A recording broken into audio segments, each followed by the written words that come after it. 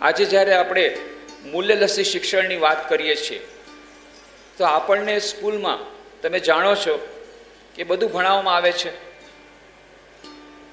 ભૂગોળ, ઇતિહાસ, ગણિત, આ બધા વિષયો ભણાવવામાં આવે છે અને એનું જ્ઞાન બહુ જરૂરી છે. આપણને જો આગળ વધવું હોય, સમાજમાં આગળ વધવું હોય, આપણું કેરિયર ડેવલપ કરવું હોય, આપણે દેશ માટે કંઈ કરી છૂટવું હોય, પોતાના જીવનમાં આગળ વધવું હોય તો આ બધા વિષયોનું જ્ઞાન બહુ જરૂરી છે. પરંતુ સ્વામી વિવેકાનંદ કહેતા હતા કે આપણે કેવી જાતની કેળવણી જોઈએ છીએ, એ જાતની કેળવણી હજી સુધી આપણે આપણા દેશમાં દાખલ કરી શક્યા નથી અને એટલા માટે આવી જાતની વ્યક્તિત્વ વિકાસ શિબિરો દ્વારા એ કેળવણીને અમે પૂરક બનવાનો પ્રયત્ન કરી રહ્યા છીએ. પાછલા વર્ષે 14મી એપ્રિલ 2003ના રોજ હું દિલ્હીમાં હતો, રાષ્ટ્રપતિ ભવનમાં. આપણા દેશના રાષ્ટ્રપતિ, નામ તમે જાણો છો? નામ જાણો છો? શું નામ છે? Doctor APJ Abdul Kalam. તેમની સાથે હું હતો. 15 મિનિટ વાતચીત થઈ, બહુ સુંદર વાતચીત થઈ. સૌથી પહેલાં તો એમના માટે હું પુષ્પનો ગુચ્છ લઈ ગયો હતો અને એક CD લઈ ગયો હતો, વિડીયો CD.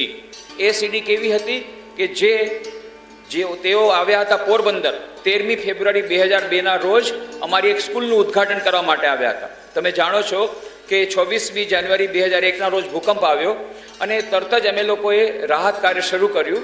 તો અમારું તો કામ છે ભીખ માગવાનું, એટલે અમે લોકો ભીખ માગવાનું શરૂ કર્યું.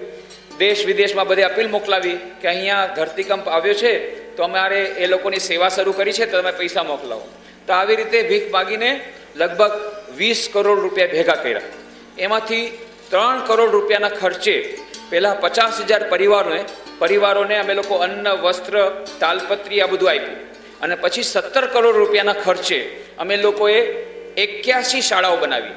સરકારે અમને કહ્યું કે અમારી શાળાઓ પડી ગઈ છે, બાળકોને બિચારાને બેસવાની કોઈ વ્યવસ્થા નથી, હવે તો વરસાદમાં પછી કેવી રીતે બેસશે?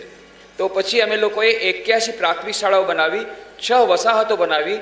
જે ગરીબ લોકોના મકાન સાવ તૂટી ગયા હતા એવા ગરીબ લોકોને 290 મકાન આપ્યા. 6 કોલોની બનાવી આખા ગુજરાતમાં, કચ્છમાં, સુરેન્દ્રનગર જિલ્લામાં, પોરબંદર જિલ્લામાં. તો આવી જે 81 શાળાઓ બનાવી એમાંથી 80 શાળાઓ પ્રાથમિક શાળાઓ હતી અને એક શાળા હતી માધ્યમિક શાળા, ભાવસિંહજી હાઈસ્કૂલનું ટેકનિકલ સેક્શન. એ નષ્ટ પામ્યું હતું. તો એને અમે બનાવી. તો એનું ઉદ્ઘાટન અને બધી શાળાનું નામ અમે આપ્યું છે વિવેકાનંદ વિદ્યા મંદિર, જેથી વિદ્યાર્થીઓ જ્યારે એમાં ભણે તો એ લોકોને સ્વામી વિવેકાનંદનો સંદેશો યાદ આવે, ના અમારે પણ સ્વામી વિવેકાનંદની જેમ ખૂબ હોશિયાર બનવું છે, ખૂબ આગળ વધવું છે. તો વિવેકાનંદ વિદ્યા મંદિર પોરબંદરનું ઉદ્ઘાટન કરવા માટે ડૉક્ટર APJ અબ્દુલ કલામને બોલાવ્યા હતા. બહુ સુંદર એમણે ભાષણ આપ્યું હતું 13મી ફેબ્રુઆરી 2002ના રોજ. એ સ્કૂલના ઉદ્ઘાટન પછી 3000 વિદ્યાર્થી ભાઈ બહેનો હતા. એની અમે વિડીયો CD બનાવી છે. વિડીયો CD અહીંયા મળશે, જેને ખરીદવી હોય ખરીદજો. તો એ વિડીયો CD હું એકાદ અહીંયા દઈને પણ જઈશ. બંને સ્કૂલોના પ્રિન્સિપલને એક CD દઈને જઈશ. એ તમે પછી પાછળથી આ લોકોને બતાવજો. તો એ વિડીયો CD લઈ ગયો હતો અને સાથે પુષ્પહાર લઈ ગયો, પુષ્પગુચ્છ લઈ ગયો, પછી થોડો પ્રસાદ લઈ ગયો અને સ્વામી વિવેકાનંદની ચોપડી અને ફોટા લઈ ગયો. તો ડૉક્ટર કલામ છે, રાષ્ટ્રપતિ છે, પણ બહુ સરળ સ્વભાવના છે. તો એ ઊભા થઈને કહે છે, Swamiji you brought so many things for me. Swamiji તમે મારા માટે આટલી બધી વસ્તુ લાવ્યા. ત્યારે મેં મજાકમાં કીધું, what can I bring for you? I am a fakir coming to meet an emperor. હું તો ફકીર છું, એક સમ્રાટને મળવા આવ્યો છું. તમારા સમ્રાટ માટે હું શું વળી લાવી શકું? હું તો સુદામાપુરીથી આવું છું, સુદામા જેવું, અને તમે તો સમ્રાટ છો, પ્રેસિડેન્ટ છો, તો હું શું લાવી શકું? ત્યારે બહુ સુંદર એમણે વાત કરી. જો કેટલા સરળ હૃદયના છે. એમણે કહ્યું, Swamiji there is only one emperor, we are servants of the same emperor. Swamiji સમ્રાટ તો એક જ છે, હું સમ્રાટ નથી, એક જ સમ્રાટ છે. કોણ? ભગવાન. આપણે બધા એના જ ગુલામ છીએ. બહુ સુંદર વાતો કરી. તો એમની સાથે ઘણી વાતો થઈ. પછી મેં ડૉક્ટર કલામને કહ્યું કે કલામ સાહેબ, તમે આખી દુનિયામાં જે વર્લ્ડ બેંક છે ને, વર્લ્ડ બેંક, એનો બધો પૈસો ભારતમાં લઈ આવશો ને તો પણ ભારતની ગરીબી જાશે નહીં. હું તમને કહી દઉં કેમ. હમણાં તમે સાંભળ્યું ને કે હમણાં હું 5 વર્ષથી પોરબંદરમાં છું અને આ રામકૃષ્ણ મિશન વિવેકાનંદ મેમોરિયલનું સંચાલન કરું છું. ત્યાં અમે સ્મૃતિ મંદિર બનાવી છે. એની પહેલાં 11 વર્ષો સુધી હું રાજકોટમાં હતો. રામકૃષ્ણ જ્યોત ગુજરાતી માસિકનું સંપાદન કરતો હતો. અમારું પણ ટ્રાન્સફર થાય. અમારા રામકૃષ્ણ મઠ મિશનના 150 સેન્ટર છે દેશ વિદેશમાં. અમારું હેડક્વાર્ટર છે બેલુર મઠ, ગંગા નદીને તટ પર, અને 150 સેન્ટર છે. એમાં 110 સેન્ટર ભારત વર્ષમાં છે અને 40 સેન્ટર વિદેશમાં છે. 10 બાંગ્લાદેશમાં છે, 12 અમેરિકામાં છે, અને એક સેન્ટર છે France, Switzerland, Argentina, Canada, Brazil, Australia, Fiji, Mauritius, UK, કેટલા બધા સેન્ટર. દરેક જગ્યાએ એક સેન્ટર. સોવિયત રશિયામાં છે, જાપાનમાં છે, અને 110 સેન્ટર જે ભારત વર્ષમાં છે એમાંના 3 સેન્ટર ગુજરાતમાં છે. રાજકોટ, લીંબડી અને પોરબંદર. એના સિવાય 1000 સેન્ટર એવા છે જેનું સંચાલન અમે નથી કરતા. અમારા ભક્તો અને મિત્રો કરે છે. અમદાવાદ, વડોદરા, સુરત, ભાવનગર. પણ ત્યાં સંન્યાસીઓ નથી રહેતા. કેમ? કારણ કે સંન્યાસીઓની અછત છે. એ લોકો પણ ચાહે છે કે રામકૃષ્ણ મિશનનું સેન્ટર બને, પણ એ નથી કરી શકતા. રામકૃષ્ણ મિશનની સ્થાપના સ્વામી વિવેકાનંદે 1897માં કરી હતી. શા માટે? એમના ગુરુ ભગવાન શ્રી રામકૃષ્ણ પરમહંસ એમણે કહ્યું હતું, શિવ જ્ઞાનથી જીવ સેવાનો આદર્શ આપ્યો હતો. શ્રી રામકૃષ્ણ દેવે પોતાના જીવનની પ્રયોગશાળામાં વિભિન્ન ધર્મોની સાધના કરી. પહેલા હિન્દુ ધર્મની સાધના કરી, મા કાળીના દર્શન કર્યા, રામ ભગવાનના દર્શન કર્યા, કૃષ્ણ ભગવાનના દર્શન કર્યા, અને પછી એમણે ભૈરવી બ્રાહ્મણી પાસે 64 તંત્રોની સાધના કરી. પછી તોતાપુરી પાસે અદ્વૈત વેદાંતની સાધના કરી. પછી ઇસ્લામ ધર્મની સાધના કરી. ઇસ્લામ ધર્મની સાધનામાં અંતમાં એમને મોહમ્મદ પૈગંબરના દર્શન થયા. અને પછી એમણે ખ્રિસ્તી ધર્મની સાધના કરી.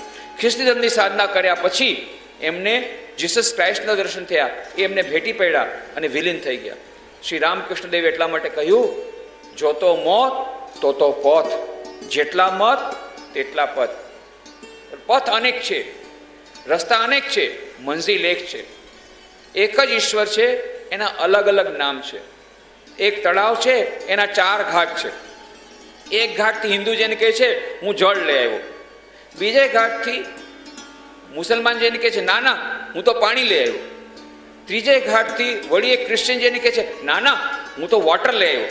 અને ચોથે ઘાટથી ચોથો વ્યક્તિ કહે છે ના ના હું તો એક્વા લઈ આવ્યો. અરે પણ બાજો છો શું કરવા? એનું જ નામ પાણી, એનું જ નામ જળ, એનું જ નામ વોટર, એનું જ નામ એક્વા. અને સાયન્ટિસ્ટ લોકોને પૂછો તો કે એ તો H2O છે. અહીંયા સાયન્સના વિદ્યાર્થી નથી, વિજ્ઞાનના વિદ્યાર્થી છે કોઈ નથી? H2 + O2 = H2O છે ને. હાઇડ્રોજન ઓક્સાઇડ, હાઇડ્રોજન ઓક્સિજન મળી અને પાણી બને. તો એ પાણી છે આ H2O. એક જ વસ્તુ છે, નામ અલગ અલગ છે. એવી રીતે કહે છે ઈશ્વર પરમ તત્વ એક જ છે. કોઈ કહે છે ઈશ્વર, કોઈ કહે છે અલ્લાહ, કોઈ કહે છે ગોડ. વસ્તુ એક જ છે, નામ અલગ અલગ છે, રસ્તા અલગ અલગ છે. તો શ્રી રામકૃષ્ણ દ્વારા મુખ્ય સંદેશો હતો, ધર્મના નામે ઝઘડવાની જરૂર નથી. બધા ધર્મો એક જ પરમ સત્ય તરફ લઈ જાય છે. નામ જુદા જુદા છે, એનું જ નામ, એ જ રામ, એ જ કૃષ્ણ, એ જ કાલી, એ જ અલ્લાહ, એ જ ગોડ. તો શ્રી રામકૃષ્ણ કહેતા હતા કે તમારે ઈશ્વરના દર્શન કરવા હોય, મંદિરમાં જવાથી પણ ઈશ્વરના દર્શન થશે, મસ્જિદમાં જવાથી ઉપાસના કરવાથી ઈશ્વરના દર્શન થશે, ચર્ચમાં જવાથી પણ ઈશ્વરના દર્શન થશે. ત્યાં પણ ભગવાન છે, પણ સૌથી મોટા ભગવાન છે માણસના હૃદયમાં રહેલા છે. એ ભગવાનના તમે સેવા કરશો તો તમને જલ્દી ભગવાનના દર્શન થશે. મનુષ્ય માત્રમાં રહેલા ઈશ્વરની સેવા કરો તો તમને જલ્દીથી ભગવાનના દર્શન થશે. એટલા માટે સ્વામી વિવેકાનંદે શ્રી રામકૃષ્ણ દેવના આ સંદેશને આચરણ, એ ઉપદેશને અમલમાં મૂકવા માટે રામકૃષ્ણ મિશનની સ્થાપના કરી અને પોતાના ગુરુભાઈઓ અને શિષ્યોને કહ્યું, જુઓ તમે અત્યાર સુધી મંત્રો સાંભળ્યા હતા. શું મંત્રો સાંભળ્યા હતા? માતૃદેવો ભવ, પિતૃદેવો ભવ, આચાર્ય દેવો ભવ, અતિથિ દેવો ભવ. હું તમને વધારાના મંત્ર આપું છું. શું? દરિદ્ર દેવો ભવ, રોગી દેવો ભવ, ચાંડાલ દેવો ભવ, મૂર્ખ દેવો ભવ, દરિદ્ર નારાયણની સેવા કરો, રોગી નારાયણની સેવા કરો. અને એટલા માટે અમારે ત્યાં આ દરિદ્ર નારાયણની સેવા માટે થઈને હોસ્પિટલ છે, રોગી નારાયણની સેવા માટે હોસ્પિટલ આટલી મોટી મોટી છે, 14 ઇન્ડોર હોસ્પિટલ છે, 40 મોબાઈલ ડિસ્પેન્સરી છે, 90 આઉટડોર હોસ્પિટલ છે અમારા બધા સેન્ટર્સમાં. 1,70,000 વિદ્યાર્થીઓ ભણે છે 6,000 શૈક્ષણિક સંસ્થાઓમાં. અને ગ્રામીણ વિકાસના મોટા મોટા કાર્યક્રમો ચાલે છે. શા માટે? દરિદ્ર નારાયણની સેવા માટે. તો આ સેવા માટે થઈને સ્વામી વિવેકાનંદે રામકૃષ્ણ મિશનની સ્થાપના કરી. અને એટલા માટે આ 140 સેન્ટર છે. તો જે હું કહી રહ્યો હતો, હમણાં હું 5 વર્ષથી પોરબંદરમાં છું. એની પહેલાં 10 વર્ષ હું રાજકોટમાં હતો, રામકૃષ્ણ જ્યોતનું સંચાલન કરતો હતો, સંપાદન કરતો હતો રામકૃષ્ણ જ્યોત ગુજરાતી માસિકનું. એની પહેલાં રાંચીમાં હતો. રાંચી ખબર છે ક્યાં છે? અત્યારે હવે ઝારખંડમાં છે. પહેલાં બિહારમાં હતું, હવે ઝારખંડ અલગ થઈ ગયું. તો હું જ્યારે ત્યારે રાંચીમાં હતો ત્યારે મેં મારી નજરે જોયું છે કે ટેબલની નીચેથી કેવી રીતે રૂપિયા લેવાય છે. બિહાર તો ફેમસ છે, તમને ખબર છે ને? કેટલા હજારો કરોડો રૂપિયાના ઘાસચારો કોઈ ખાઈ જાય છે. ખાય છે ને, બધું ખાવાવાળા છે. કરપ્શન એટલું બધું છે. મેં પોતે નજરે જોયું છે. ત્યાં છે ને કોઈ ખેડૂતને બોલાવે, એ ભાઈ અહીંયા આવતો તો આવે. એ ભાઈ તારે રૂપિયા જોઈએ છે? રૂપિયા કોને? હા રૂપિયા જોઈએ છે. તો કે શું, ક્યાં કામ કરના પડેગા બાબूजी, ક્યાં કામ કરના પડેગા? અરે કુછ કામ નહીં કરના હૈ, ઇધર આ લે, ચલ અંગૂઠા માર. એટલે એનો અંગૂઠો મારે, આમ અંગૂઠો મારે, થપ્પો મારી દે, લે 3,000 રૂપિયા રોકડા આપી દે. હા, કલ સતયુગ આ ગયા. એ કહેશે આ સતયુગ આવી ગયો ભાઈ. ઓલો ખેડૂત કહેશે લે એક અંગૂઠો માર્યો, 3,000 રૂપિયા મળી ગયા. વાહ વાહ વાહ, કેવી સરસ સરકાર છે, કેવો સરસ આપણો તો સતયુગ આવી ગયો. એમાં શું લખ્યું છે ખબર છે? કાગળમાં લખ્યું છે કે મારો કૂવો ખોદાઈ ગયો છે અને મને બહુ સરસ પાણી મળી રહ્યું છે. આટલું એને લખી નાખ્યું. કૂવાની કાંઈ નામ નિશાન નથી. અને IRDP સ્કીમ છે, એ તો આપણા સરપંચશ્રી જાણે છે. પહેલાં IRDP સ્કીમ હતી, ઇન્ટિગ્રેટેડ રૂરલ ડેવલપમેન્ટ સ્કીમ. એ સ્કીમના અંતર્ગત જે લોકો આદિવાસી હોય એ લોકોને 100% ગ્રાન્ટ મળે અને બાકીનાને 50% ગ્રાન્ટ મળે, 50% સબસિડી મળે અને બાકી 50% લોન મળે. પણ જો ટ્રાઇબલ હોય તો 100% સબસિડી. એટલે આ ટ્રાઇબલ ફાર્મરને બોલાવે, આદિવાસીને, અને કે ભાઈ આવી રીતે લખી નાખ, એ અંગૂઠો માર, અને એમાં લખેલું છે કે હા મારો કૂવો ખોદાઈ ગયો છે અને મને પાણી સરસ મળી રહ્યું છે. અને એક કૂવા ખોદવાના કેટલા મળે? 20,000. આને કેટલા મળ્યા? 3,000. બાકી 3,000 ઓલા જેને અંગૂઠા મરાવ્યો કર્મચારી એણે લીધા. પછી થોડાક BDO લીધા, બ્લોક ડેવલપમેન્ટ ઓફિસર, થોડાક ડેવલપમેન્ટ ઓફિસર, થોડાક એનાથી મોટા ઓફિસર, થોડાક મિનિસ્ટર. આમ કરીને બધું ડિવિઝન થઈ ગયું. ઓલાને 3,000 મળ્યા. અને આવા હજારો કૂવા ખોદાઈ ગયા પેપરમાં. અને બધા ઓલા મિનિસ્ટર આવીને એકવાર ઇન્સ્પેક્શનમાં આવ્યા તો કૂવો એ કંઈ ન મળે જમીનમાં. પછી અમે અમારી પાસે આવ્યા, સ્વામીજી આ તો મુશ્કેલ થઈ ગઈ, બધા કૂવા પેપરમાં છે, જમીન ઉપર એક કૂવો નથી. પછી અમને લોકોને એક સ્કીમ આપી, અમે લોકો કૂવા ખોદાવવાનું શરૂ કર્યા. અમે કીધું જેને કૂવા ખોદવાય પાણી પૈસા નહીં મળે, પહેલાં ખોદો, પછી કે પૈસા, કે હવે પૈસા નહીં મળે, તમારે શું જોઈએ? તો કે કૂવા સિમેન્ટ જોઈએ, અમે સિમેન્ટ તમને આપશું. પછી શું જોઈએ? રેતી, અમારી ટ્રક આવીને નાખી જશે. આમ કરીને 20,000નો કૂવો 13,000માં બની ગયો. બાકીના 7,000 રૂપિયા એના બેંકમાં જમા કર્યા. અને બેંકવાળાને કહી દીધું કે આને જ્યાં સુધી જોઈન્ટ સિગ્નેચર ન થાય ત્યાં સુધી એને દેવાના નહીં રૂપિયા, નહીં તો દારૂ પીને ખતમ કરી નાખશે. ફક્ત એને જ્યારે બેંકની લોન જોતી હોય ત્યારે આપવાનું. એને જોતા હોય કે મધુમાખી પકડવા માટેના બોક્સ જોતા હોય એના માટેના પૈસા આપવાના. આવી રીતે હવે ઘણું પરિવર્તન થઈ ગયું. હજારો કૂવા પછી ખોદાવ્યા. પણ પહેલાં જે કૂવા હતા બધા પેપરમાં હતા. પછી અમે લોકોએ પ્રોજેક્ટ લીધો, વોટર હાર્વેસ્ટ પ્રોજેક્ટ. પણ અમે નજર જોયું છે કે કરોડો રૂપિયાના કૌભાંડ થાય છે. તમે તો જાણો છો, બધું પેપર તો વાંચો છો, હવે તો ટીવીએ જુઓ છો, તમને બધી ખબર છે કેવા કૌભાંડ થાય છે દરરોજના. એટલા માટે મેં ડૉક્ટર કલામને કીધું કે કલામ સાહેબ, તમે વર્લ્ડ બેંકનો ગમે એટલો પૈસો લાવશો પણ આપણા દેશની ગરીબી જવાની નથી. કેમ? આ બધો પૈસો ઉપરથી નીચે આવતા વચમાં ખવાઈ જાય છે. તમે ડેવલપમેન્ટ પ્રોજેક્ટ કરો અને ઉપરમાં 1 રૂપિયો નાખો તો ખેડૂતને પહેલાંના જમાનામાં 17 પૈસા મળતા, હવે તો 17 પૈસા નહીં મળતા હોય. વચમાં બધાય ખાઈ જાય. મિનિસ્ટર થોડું પોકેટ ભરે, વળી ઓફિસર ભરે, વળી બીજા ભરે, આમ પોકેટ ભરતા ભરતા ભરતા સૌથી નીચે આવે તો ઓલા ખેડૂત પાસે માંડ 17 પૈસા નો બચે. એટલા માટે મેં કહ્યું ડૉક્ટર કલામ સાહેબને કે ડૉક્ટર કલામ સાહેબ સૌથી વધારે મેં આ તમે ગમે એટલું કરશો, ગરીબી તમને જોઈએ છે, ડેવલપ કન્ટ્રી બને. સ્વામી વિવેકાનંદનું પણ સપનું હતું ભારત મહાન બને, આર્થિક રીતે મહાન વિકાસ કરે, ડેવલપ્ડ કન્ટ્રી બને. અત્યારે આપણે ડેવલપિંગ કન્ટ્રી છીએ, વિકસિત દેશ નહીં, વિકાસશીલ દેશ છીએ નહીં, વિકસિત દેશ બને આપણે જાણીએ, આપણે ચાહીએ છીએ. પણ ત્યાં સુધી નહીં બને જ્યાં સુધી આપણા દેશમાં ગરીબી છે. બધું આપણી દેશમાં આવી ગયું છે, સારામાં સારા એરોપ્લેન છે, સારામાં સારી મોટર ગાડી છે, સારામાં સારા મકાન છે, પણ તેમ છતાં 25% લોકો ગરીબી રેખાની નીચે છે, 2 ટંક ભોજન મળતું નથી, 35% લોકો નિરક્ષર છે. આપણે ગમે એટલો વિકાસ કરીએ, જ્યાં સુધી ગરીબોનો વિકાસ નહીં થાય ત્યાં સુધી દેશ આગળ નહીં વધે, ત્યાં સુધી દેશ વિકસિત દેશ નહીં બને. તો પછી ડૉક્ટર કલામે કહ્યું તો સ્વામીજી હવે એનો ઉપાય શું છે? મેં કીધું એક જ ઉપાય છે, એક જ ઉપાય છે. સ્વામી વિવેકાનંદે જે વાત કરી હતી આજથી 100 વર્ષ પહેલા, એ વાતને જો દેશમાં તમે લાગુ નહીં કરો તો દેશનો વિકાસ નહીં થાય. સ્વામી વિવેકાનંદે કહ્યું હતું આપણે કેળવણી જોઈએ છીએ, આપણે એજ્યુકેશન જોઈએ છીએ, પણ કેવી જાતની કેળવણી જોઈએ છે? સ્વામીજી કહ્યું what we want is man making education, character building education. આપણે એવી કેળવણી જોઈએ છે જેથી મનુષ્ય નિર્માણ થાય, ચારિત્ર ઘડતર થાય. ચરિત્ર નિર્માણ વાળું શિક્ષણ જો દેવામાં આવશે, અને એટલા જ માટે વેલ્યુ એજ્યુકેશન, મૂલ્યલક્ષી શિક્ષણ એની બહુ જરૂર છે. અત્યારે ભારત સરકારે નવી પંચવર્ષીય યોજનામાં નવી એજ્યુકેશન પોલિસીમાં આ બધી વાતો કરી છે, પણ હજી ઇમ્પ્લિમેન્ટેશન થવાનું બાકી છે. એટલા માટે અમે આવા વેલ્યુ એજ્યુકેશન સેમિનાર કરીએ છીએ, મૂલ્યલક્ષી શિક્ષણ શિબિરો કરીએ છીએ, કારણ કે હજી આપણે એજ્યુકેશન સિસ્ટમમાં એ આવ્યું નથી. આજે પણ આપણી શિક્ષણ પદ્ધતિમાં કોણ કેટલા નંબરથી પાસ થયું એ જ પૂછવામાં આવે છે. આ વિદ્યાર્થી બહુ સારો છે, કેમ? અરે 90% માર્ક્સ મેળ્યા ભાઈ, 90% માર્ક્સ મેળ્યા, ભૂગોળમાં, ઇતિહાસમાં બરાબર સારો નંબર મેળ્યા, પરંતુ એ પછી ગોલ્ડ મેડલિસ્ટ થયો, પછી એન્જિનિયર બન્યો, અને એક્ઝિક્યુટિવ એન્જિનિયર બન્યા પછી શું કરે છે? ટેબલના નીચેથી 10 લાખ રૂપિયા લે છે, ઉપરથી નહીં.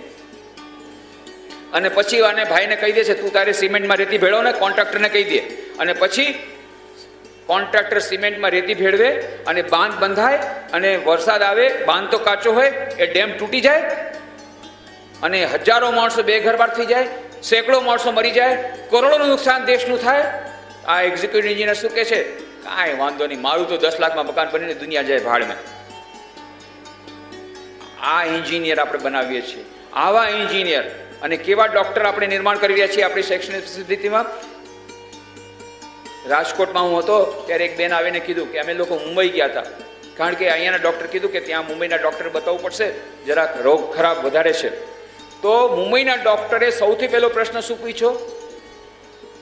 કેટલા વર્ષથી રોગ છે, શું દુખે છે, ક્યાં દુખે છે, શું દર્દ છે? કાંઈ ન પૂછ્યું. શું પૂછ્યું? કેટલા રૂપિયા ખર્ચી શકશો, બજેટ કેટલું છે, એ પ્રમાણે રોગ બતાવશે. જો તમારે 3 લાખ રૂપિયા હોય તો તરત જ તમને ઓપરેશન કરાવશે, નહીં જરૂર હોય તો ઓપરેશન કરાવશે. અને જો મરી જાય માણસ તો કે ભાઈ શું કરીએ, તમે જરા મોડા આવ્યા, નહીં તો બચાવી દે. ભલે ને માણસ મરી જાય, દર્દી મરી જાય, મારા 3 લાખ રૂપિયા આવી જાય. એટલે પહેલો જ પ્રશ્ન ખર્ચો કેટલો કરી શકશો, એ નથી પૂછતા કે દર્દ ક્યાં છે અને શું દર્દ છે. આવા એન્જિનિયર, આવા ડૉક્ટરનું નિર્માણ આપણી શિક્ષણ પદ્ધતિમાં થઈ રહ્યું છે. એટલા માટે સ્વામી વિવેકાનંદની આ વાત મેં ડૉક્ટર કલામને કીધી કે આજે બહુ જરૂર છે મૂલ્યલક્ષી શિક્ષણની, વેલ્યુ એજ્યુકેશનની. ડૉક્ટર કલામે કહ્યું સ્વામીજી હું તમારી વાતથી સાવ એકદમ સહમત છું. અને તમે જાણ્યું હશે કે ડૉક્ટર કલામ પણ હવે પાછલે વર્ષે 5મી સપ્ટેમ્બરમાં શિક્ષક દિને ઓલ ઇન્ડિયા રેડિયોમાં જ્યારે એમણે વાત કરી, સૌથી પહેલાં વેલ્યુ એજ્યુકેશનની વાત કરી કે એમણે પણ હવે સ્વીકાર કર્યું છે કે વેલ્યુ એજ્યુકેશન, મૂલ્યલક્ષી શિક્ષણ જ્યાં સુધી આપણા દેશમાં નહીં આવે ત્યાં સુધી આપણા દેશમાં જે આપણે વિકાસ કરવા માગીએ છીએ એ વિકાસ નહીં થાય. સ્વામી વિવેકાનંદના સંદેશાને મૂર્ત સ્વરૂપ આપવું પડશે.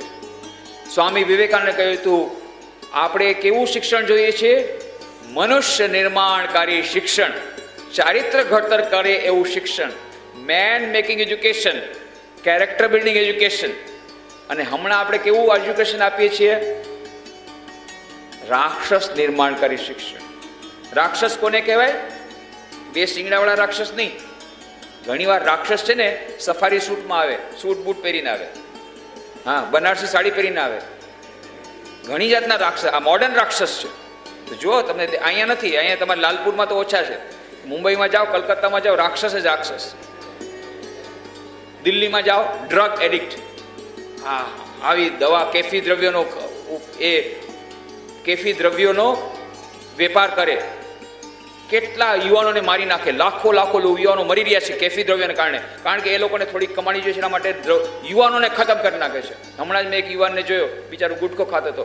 એને ખબર નથી કે એ ગુટખો ખાય છે એમાં ઇન્કમ બીજાને થાય છે, એ તો મરવાનો છે કેન્સરમાં.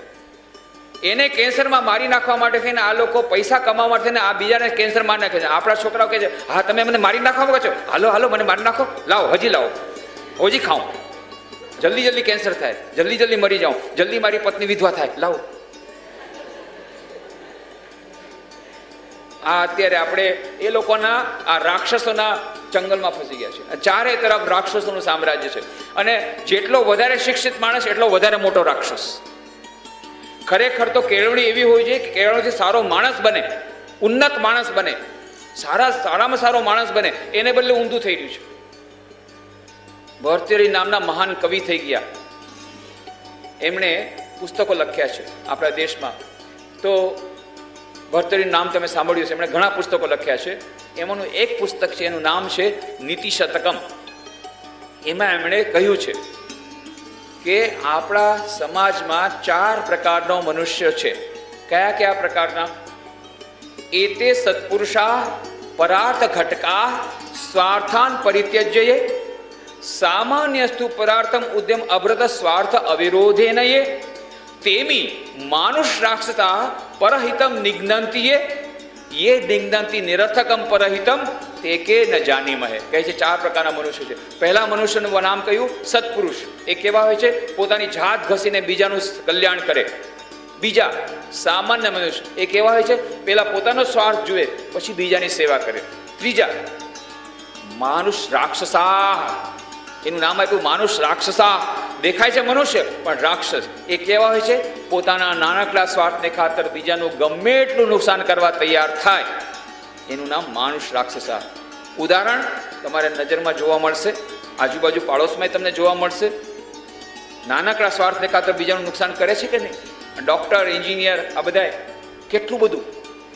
અને ચોથા પ્રકારના મનુષ્ય કહે છે કે હવે પહેલાનું નામ આપ્યું સત્પુરુષ, બીજાનું નામ આપ્યું સામાન્ય મનુષ્ય, ત્રીજાનું નામ આપ્યું માનુષ રાક્ષસા.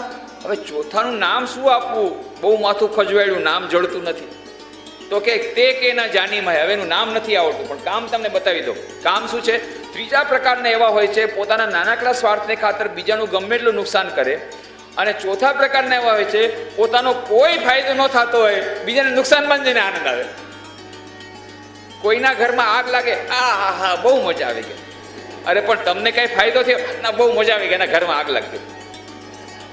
પેલો છોકરો ફેલ થઈ ગયો, હા બહુ મજા આવે. પણ તને એકય નંબર વધારે મળ્યો, પણ બહુ મજા આવી ગઈ. ફેલ થઈ ગયો, એટલી મજા આવી ગઈ. બીજાના નુકસાનમાં જઈને આનંદ આવે, પોતાને કોઈ ફાયદો ન થતો હોય. આ ચોથા પ્રકારના એ માનુષ રાક્ષસાથી પણ આગળ. એનું નામ નથી આવડતું. આ 4 પ્રકારના મનુષ્યની વાત ભર્તૃહરિ કહે છે. અને મેં હમણાં લેટેસ્ટ રિસર્ચ કરી છે, 5મા પ્રકારના છે. ત્યારે કદાચ નહીં હોય, હમણાં છે. એ કેવા? હવે એનું નામ તો હું ન દઈ શકું. તે કે ન જાની મહે. ચોથાનું નામ નથી આવડતું, 5માનું નામ ક્યાંથી કહું? પણ ચોથા પ્રકારના એવા હોય છે પોતાનો કોઈ ફાયદો ન થતો હોય, બીજાના નુકસાનમાં જેને આનંદ આવે. અને 5મા પ્રકારના એવા છે કે બીજાના નુકસાનમાં એટલો આનંદ આવે કે પોતાનું નુકસાન કરીને બીજાનું નુકસાન કરે. એટલા માટે શું કરે? એરોપ્લેનમાં બેસી જાય. એરોપ્લેન બેસીને ધમ તેને વર્લ્ડ ટાવરથી ટકરાવે. 5000 માણસો મરી ગયા, બહુ મજા આવી. ભલે હું મરી ગયો, સામે વાળાને માર્યા, બહુ મજા આવી ગઈ.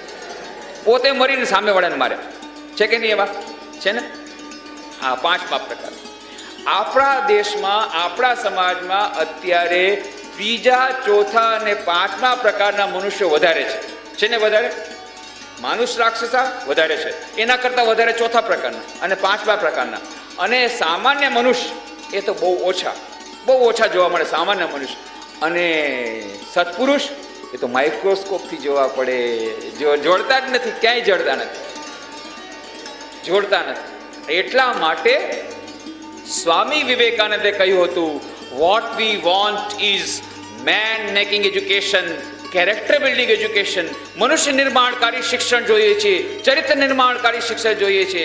અને એટલા માટે આ વેલ્યુ એજ્યુકેશન, મૂલ્યલક્ષી શિક્ષણનો સંદેશો ફેલાવતા આખી દુનિયામાં હું જાઉં છું, આખા દેશમાં જાઉં છું. એટલા માટે આજે લાલપુરમાં તમારી પાસે આવ્યો છું કે આજે આપણને મનુષ્ય બનવાની બહુ જરૂર છે. કમસે કમ સત્પુરુષ ન બની શકીએ તો સામાન્ય મનુષ્ય તો બનીએ, દેવતા ન બની શકીએ, એનલાઇટન સિટીઝન તો બનીએ, સાચા દેશના નાગરિક તો બનીએ. કમસે કમ આપણે ભલે પોતાનું કેરિયર ડેવલપ કરીએ, ભલે પોતે પૈસા કમાઈએ, ભલે પોતે મજા કરીએ, પણ બીજાનું નુકસાન તો ન કરીએ. આટલું પણ જો થાય તો દેશ આપણો ખૂબ આગળ વધી જાય, ક્યાંનો ક્યાં આગળ વધી જાય. ભલે તમે દેશની સેવા સુભાષચંદ્ર બોઝ, નેતાજી સુભાષચંદ્ર બોઝ, ગાંધીજી એની જેમ ન કરી શકો, આખું દેશ સમર્પિત, પોતાનું જીવન સમર્પિત ન કરી શકો, કાંઈ વાંધો નહીં. કમસે કમ ભલે પોતાનું આગળ વધો પણ દેશનું નુકસાન તો ન કરો. એ બહુ મોટી સેવા થઈ જશે દેશની અત્યારે તો. અને એટલું પણ આપણે કરીએ તો પણ દેશ આગળ વધી જશે. આપણો દેશ મહાન છે, આપણી સંસ્કૃતિ મહાન છે. સ્વામી વિવેકાનંદ તો એ યુગદ્રષ્ટા હતા, ભવિષ્યવેતા નહોતા. એમણે જે કંઈ વાતો કરી છે બધી સાચી કરી છે, બધી સાચી પડી છે. ઈસવીસન 1897માં જ્યારે સ્વામી વિવેકાનંદ વિશ્વ વિજય પ્રાપ્ત કરીને ભારત પાછા ફર્યા, તમે જાણો છો 1893માં શિકાગો વિશ્વ ધર્મ સભામાં એમણે પોતાનું મહત્વપૂર્ણ ભાષણ આપ્યું હતું, દિગ્વિજય કર્યો હતો. 11મી સપ્ટેમ્બરના રોજ એમણે ભાષણ આપ્યું હતું સૌથી પહેલું. અને પછી ત્યાં 4 વર્ષ રોકાઈ ગયા, અમેરિકા અને યુરોપના દેશોમાં વેદાંતનો પ્રચાર કરી, દિગ્વિજય કરી અને 1897માં ભારત પાછા ફર્યા. અને ભારત પાછા ફર્યા પછી કોલંબોથી લઈને અલ્મોડા સુધી જ્યાં જ્યાં ગયા તેમનું ભવ્ય સ્વાગત થયું. એ ભવ્ય સ્વાગતના ઉત્તરમાં એમણે જે ભાષણો આપ્યા, અત્યંત ઓજસ્વી ભાષણો, અત્યંત તેજસ્વી ભાષણો. અને એમાં આખા દેશનો કેવી રીતે ઉદ્ધાર થશે, દેશ આપણો કેવી રીતે આગળ વધશે, આપણા દેશની સંસ્કૃતિ કેટલી મહાન હતી અને ભવિષ્યનું મહાન ભારત કેવું મહાન બનશે, એ બધી વાતો સ્વામી વિવેકાનંદે કરી છે. ભારતમાં આપેલા ભાષણો, એમના પુસ્તક છે, બહુ સુંદર પુસ્તક, એ વાંચો તો ખબર પડશે. અને ત્યાં સ્વામીજી કહ્યું છે, આખો દેશ ત્યારે આપણો સૂતો હતો, 1000 વર્ષની ગુલામીની ઘોર નિદ્રામાં આપણો દેશ સૂતો હતો. પણ સ્વામી વિવેકાનંદ આવીને બધાને જાગૃત કર્યા, ઉઠો, જાગો. જ્યાં સુધી ધ્યેય પ્રાપ્ત ન થાય ત્યાં સુધી મંડ્યા રહો. એ સંદેશ એમણે આપ્યો અને આખો દેશ જાગી ગયો. 1000 વર્ષની ગુલામીમાં હતો અને ત્યારે સ્વામી વિવેકાનંદે કહ્યું હતું કે જુઓ, આપણો દેશ ભલે સૂઈ ગયો હતો, ભલે આપણા દેશમાં ગુલામી આવી ગઈ, પણ ભારતનો દેશ ફરીથી જાગશે. અને એમણે કહ્યું હતું આ ભારત મહાન બનશે. એમણે કહ્યું હતું 50 વર્ષની અંદર ભારત સ્વાધીન થશે. 1897માં સ્વામી વિવેકાનંદે કહ્યું 50 વર્ષની અંદર ભારત સ્વાધીન થશે. અને ઠીક 50 વર્ષો પછી 1947માં ભારત સ્વાધીન થયું. અને સ્વામીજી કહ્યું હતું અણધારી રીતે યુદ્ધ કર્યા વગર ભારત સ્વાધીન થશે. ત્યારે કોઈ કલ્પના નહોતી કરી યુદ્ધ કર્યા વગર કોઈ દેશ સ્વાધીન થઈ શકે. અને ત્યારે ગાંધીજી સાઉથ આફ્રિકાથી પાછા ફર્યા નહોતા, નોન કોઓપરેશન મુવમેન્ટ અસહયોગ આંદોલન શરૂ નહોતું કર્યું, ત્યારે સ્વામી વિવેકાનંદે ભવિષ્યવાણી કરી હતી કે ભારત સ્વાધીન થશે 50 વર્ષની અંદર. ઠીક 50 વર્ષની અંદર ભારત સ્વાધીન થયું. પણ હજી એમણે બીજી એક ભવિષ્યવાણી કરી હતી, એ હજી થવાની બાકી છે. અને એ શું છે? મદ્રાસના પોતાના ભાષણમાં સ્વામીજી કહ્યું હતું, India shall conquer the whole world by spiritual power. ભારત સમસ્ત વિશ્વ પર વિજય પ્રાપ્ત કરશે પોતાની આધ્યાત્મિક શક્તિ દ્વારા. અને એમણે કહ્યું હતું ભારત એટલું મહાન બનશે, એની મહિમા એટલી બધી વધશે કે એની પ્રાચીન મહિમા મ્લાન થઈ જશે. પ્રાચીન ભારત કેટલું મહાન હતું, ભારત કેટલું મહાન હતું, આર્થિક રીતે એટલું મહાન હતું કે એને સોને કી ચીડિયા કહેવામાં આવતી હતી. લોકો આ ભારતનું દેશ ધન લૂંટવા માટે લોકો ક્યાંથી લોકો આવતા હતા. કોલંબસ તો ભારતની શોધ માટે નીકળ્યો તો, ભારત આવવા માટે નીકળ્યો તો, પહોંચી ગયો અમેરિકા અને અમેરિકાની શોધ થઈ, પણ નીકળ્યો તો ભારતની શોધમાં. કારણ કે ત્યારના વખતમાં ભારત સોને કી ચીડિયા કહેવાતું. ભારત પાસે એટલી અઢળક સંપત્તિ હતી, આ બધું લૂંટીને લઈ ગયા. એટલા માટે આપણે અત્યારે ગરીબ છીએ, પણ બધા વિદેશીઓ આવીને લૂંટી ગયા છે એટલા માટે ગરીબ છીએ. પણ બધા લૂંટવા માટે આવ્યા હતા, અહીંયા બધા દેશોમાંથી લૂંટવા માટે આવ્યા હતા. એટલું ભારત પાસે ધન હતું. આર્થિક રીતે આપણે ખૂબ આગળ હતા. અને ધર્મમાં અને સંસ્કૃતિમાં તો સવાલ જ નથી. વાર્તા લેખનમાં, ડાન્સમાં, નૃત્યકળામાં, આર્કિટેક્ચર, એન્જિનિયરિંગ, સ્કલ્પચર, શિલ્પકળા જુઓ. ત્યાં જાઓ, હું હમણાં જ ગયો હતો, 3 મહિના પહેલા ગયો હતો અજંતા ઇલોરામાં. ઇલોરામાં એક મંદિર છે, એ કૈલાશ મંદિર એક જ ખડક પરથી કોતરણ કરીને આવ્યો છે. હજી સુધી આજના મોડર્ન સ્કલ્પચર આવી રીતે કરી શકતા નથી. એક જ ખડકને કોતરીને એમણે આખું કૈલાશ મંદિર બનાવ્યું છે. મેડિસિનમાં, આયુર્વેદમાં ચરક જેવા આપણા મહાન ડૉક્ટર થઈ ગયા, સુશ્રુત જેવા મહાન સર્જન થઈ ગયા કે ત્યારના વખતમાં વિદેશ જતા હતા સર્જરી ઓપરેશન કરવા માટે, સુશ્રુત જેવા મહાન. અને સાયન્સમાં અત્યારે સાયન્સ જે કોઈ ડેવલપમેન્ટ થયું છે બધું ડિસિમલ સિસ્ટમને કારણે થયું છે, પણ એ ડિસિમલ સિસ્ટમ દશમલવ પદ્ધતિ ભારતની દેન છે.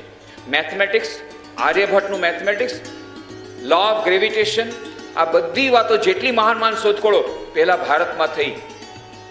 આપણા દેશના મહાન વૈજ્ઞાનિકો થઈ ગયા, પણ આપણે આ બધું ભૂલી ગયા, આપણી પ્રાચીન ગરિમા ભૂલી ગયા અને આપણે પાશ્ચાત્ય સંસ્કૃતિનું આંધળું અનુકરણ કરવા માંડી ગયા. એટલા માટે થઈને આપણો વિનાશ થયો. સ્વામી વિવેકાનંદે કહ્યું ભારત ફરીથી મહાન બનશે, બનવું જ પડશે, પણ એના માટે થઈને પ્રયત્ન કરવો પડશે. એટલે સ્વામી વિવેકાનંદે એક મંત્ર આપ્યો હતો. શું મંત્ર આપ્યો હતો?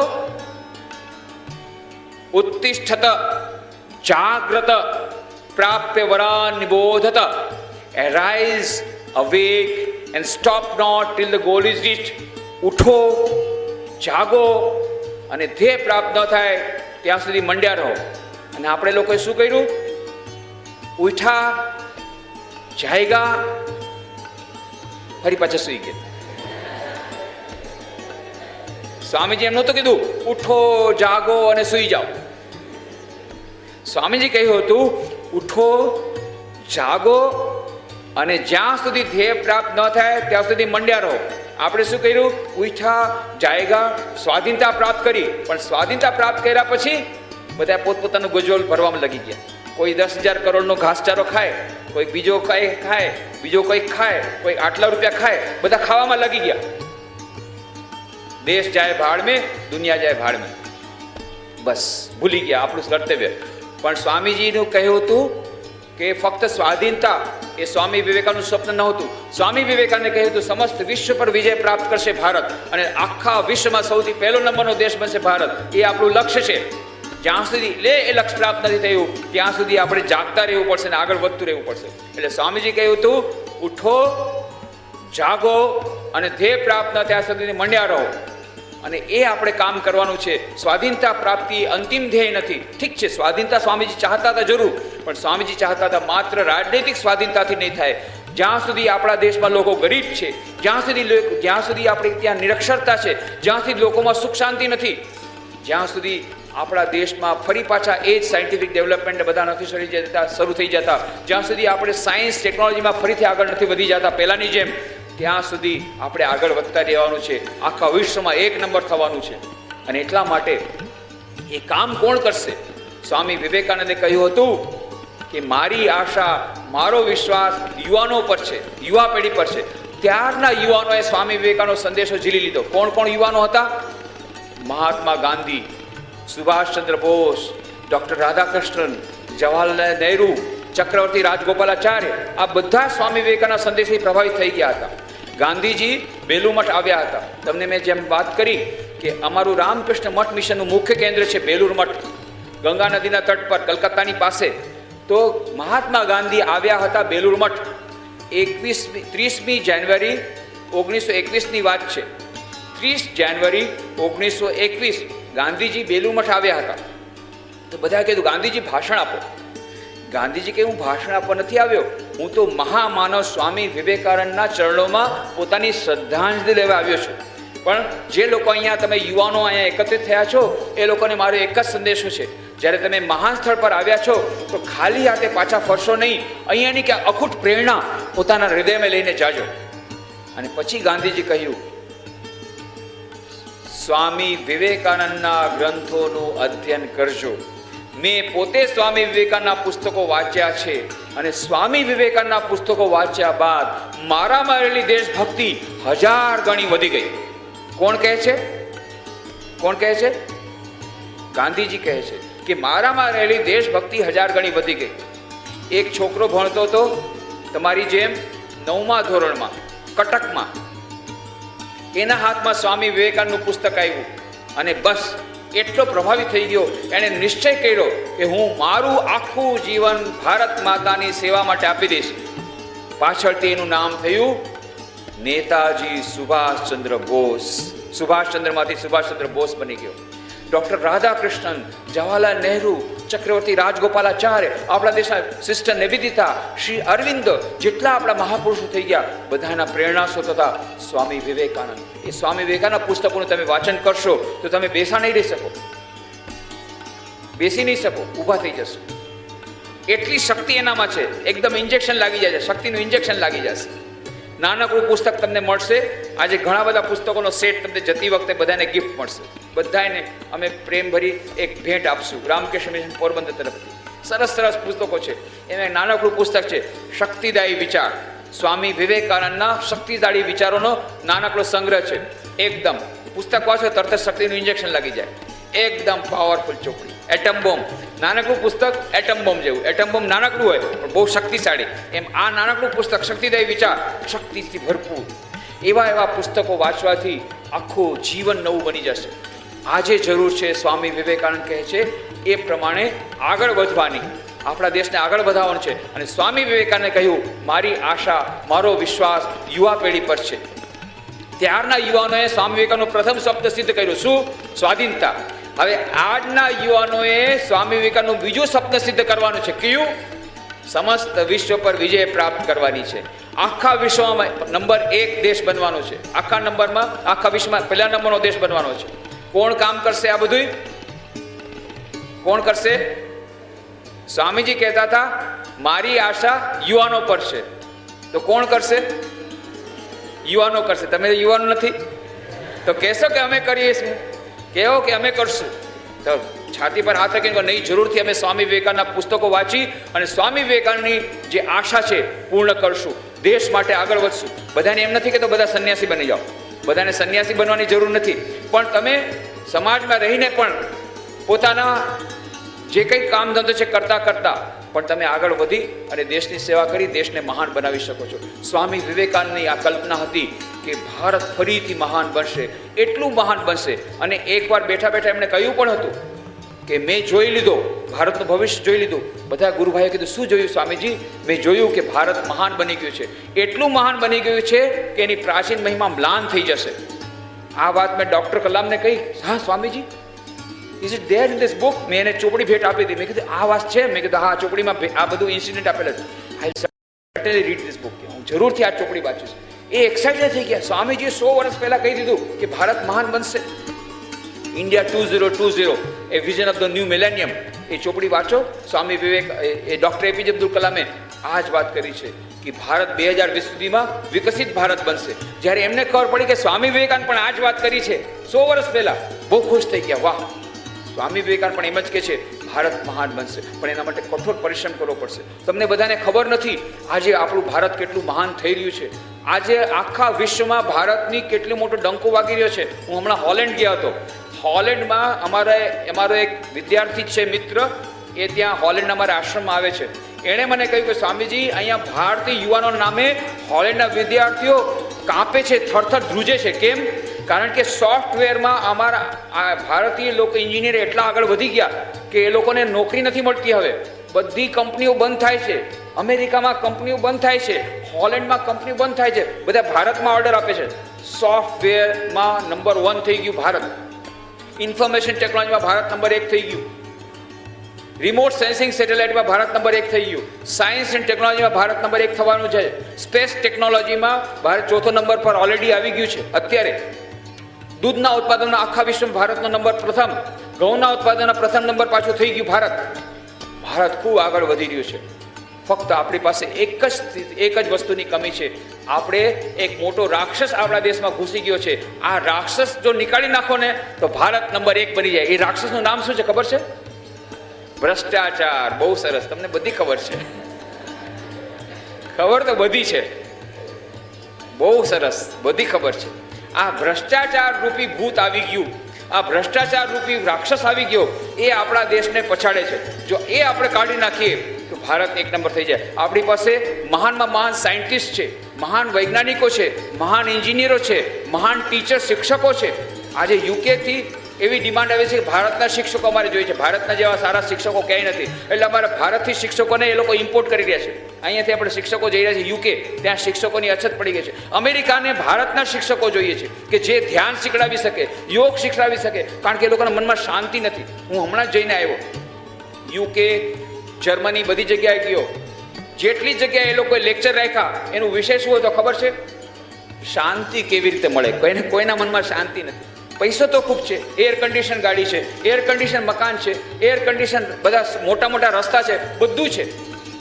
તો કહા તું ઢૂંઢે બંદે, મેં તો તેરે પાસ મેં, ખોજોગે તો અભી મિલુંગા પલભર કી તલાશ મેં. અરે શાશ્વત સુખ અને શાશ્વત શાંતિનો સ્ત્રોત આપણા બધાની અંદર રહેલો છે. તમે ક્યાં ચારે તરફ ભટકો છો? અહીંયા છે શાંતિનો સ્ત્રોત.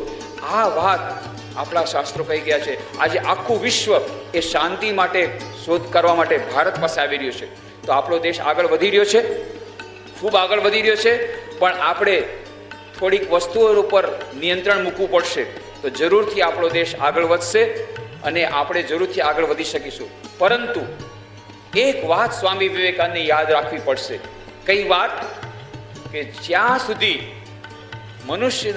સુધી દેશના નેતાઓ, દેશના અફસરો, દેશના શિક્ષકો, દેશના વેપારીઓ, એ લોકોનું અને દેશના વિદ્યાર્થીઓ, એ લોકોનું ચારિત્ર નિર્માણ નહીં થાય, ત્યાં સુધી દેશનું પુનર્નિર્માણ નહીં થાય. આ વાત યાદ રાખવા જેવી છે. જો એક વાર્તા કહું. એક બાળક હતો, નટખટ બાળક, બહુ તોફાની બારકસ. તમે લોકો તો બહુ ડાયા ડબરા થઈને બેઠા છો.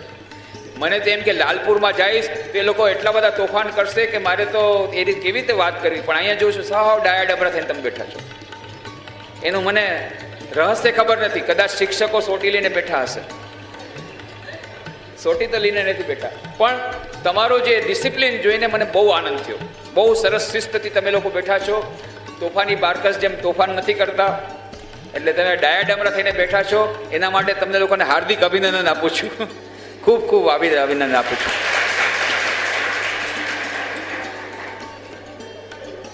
તો એક છોકરો હતો, પણ હવે પાછા તોફાન શરૂ નહીં કરતા હો.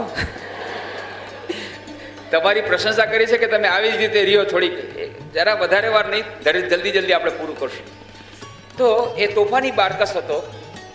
એક વાર હકણો બેસે નહીં. હવે એના પિતાજી તો બિચારા કંટાળી ગયા કે પોતે કામ નથી કરતો, મને કામ નથી કરવા દેતો. પછી એણે છોકરાને એ ગગલા અહીંયા આવતો. ગગલો આવ્યો. જો હવે હું તને કામ આપું છું, બાજુના ઓરડામાં જા, ત્યાં જઈને આ કામ પૂરું નહીં થાય ત્યાં સુધી અહીંયા આવવાનું નહીં. હો. હવે એને શું કામ આપવું? પિતાજી વિચાર કર્યો, એવું કામ આપવું આખો દિવસ કામમાં મશગુલ રહે અને મને પણ કામ કરવા મળે. એટલે બહુ વિચારીને એમણે શું કર્યું? ભારતનો નકશો લીધો અને નાના નાના ટુકડા કરી નાખ્યા. જા, આખો ભારતનો નકશો ઠીક કરીને લઈ આવ, જા. એને વિચાર કર્યો આને તો ભૂગોળનું જ્ઞાન નથી. આવો નાનકડો છોકરો, એને ભૂગોળનું જ્ઞાન ક્યાં હોય? ક્યાં કાશ્મીર, ક્યાં કન્યાકુમારી, ક્યાં આસામ, ક્યાં ગુજરાત. આટલું બધું વિચારતા ગોઠવતો આખો દિવસ નીકળી જશે અને હું મારું કામ કરીશ. ગગલાને મોકલી દીધું બાજુના ઓરડામાં. ત્યાં તો 5 મિનિટમાં ગગલો હાજર. તને કીધું તને કામ કરીને આવજો. આ કરીને આવ્યો. ક્યાં છે નકશો? નકશો લેવો. જોયું, અરે એકદમ પરફેક્ટ નકશો, એકદમ ભારતનો પરફેક્ટ નકશો. બધું પોતપોતાની જગ્યાએ છે. કાશ્મીર, કન્યાકુમારી, આસામ, ગુજરાત, અમદાવાદ, રાજકોટ, જામનગર, પોરબંદર, લાલપુર, બધું પોતપોતાની જગ્યાએ. બધું ઠેક ગોઠવેલું છે. કાંઈ ઠીક, બધું કાંઈ ગડબડ નથી. અરે કેવી રીતે કર્યું? આ તો સરળ છે. એટલે ભાઈ આખા ભારતને એક કરવું સરળ વાત છે. રાષ્ટ્રીય એકતા કેટલી મોટી સમસ્યા છે, તે આખા ભારતને એક કેવી રીતે કરી નાખી? વાત એમ છે પિતાજી કે તમે તો મને કીધું કે ભારતનો નકશો ઠીક કરી આવ્યો. હવે હું ટુકડા ગોઠવતો હતો, મને તો કાંઈ સમજણ ન પડી. એટલે મેં કીધું મારાથી તો આ થશે નહીં કામ. એટલે હું ટુકડા સાથે રમવા માંડી ગયો. રમતા જોયું કે પાછળમાં એક માણસની છબી છે. તો માણસના હાથ, પગ, મોઢું બધું ઠીક કરીને ચોંટાડી દીધું. તો આખો દેશ ઠીક થઈ ગયો.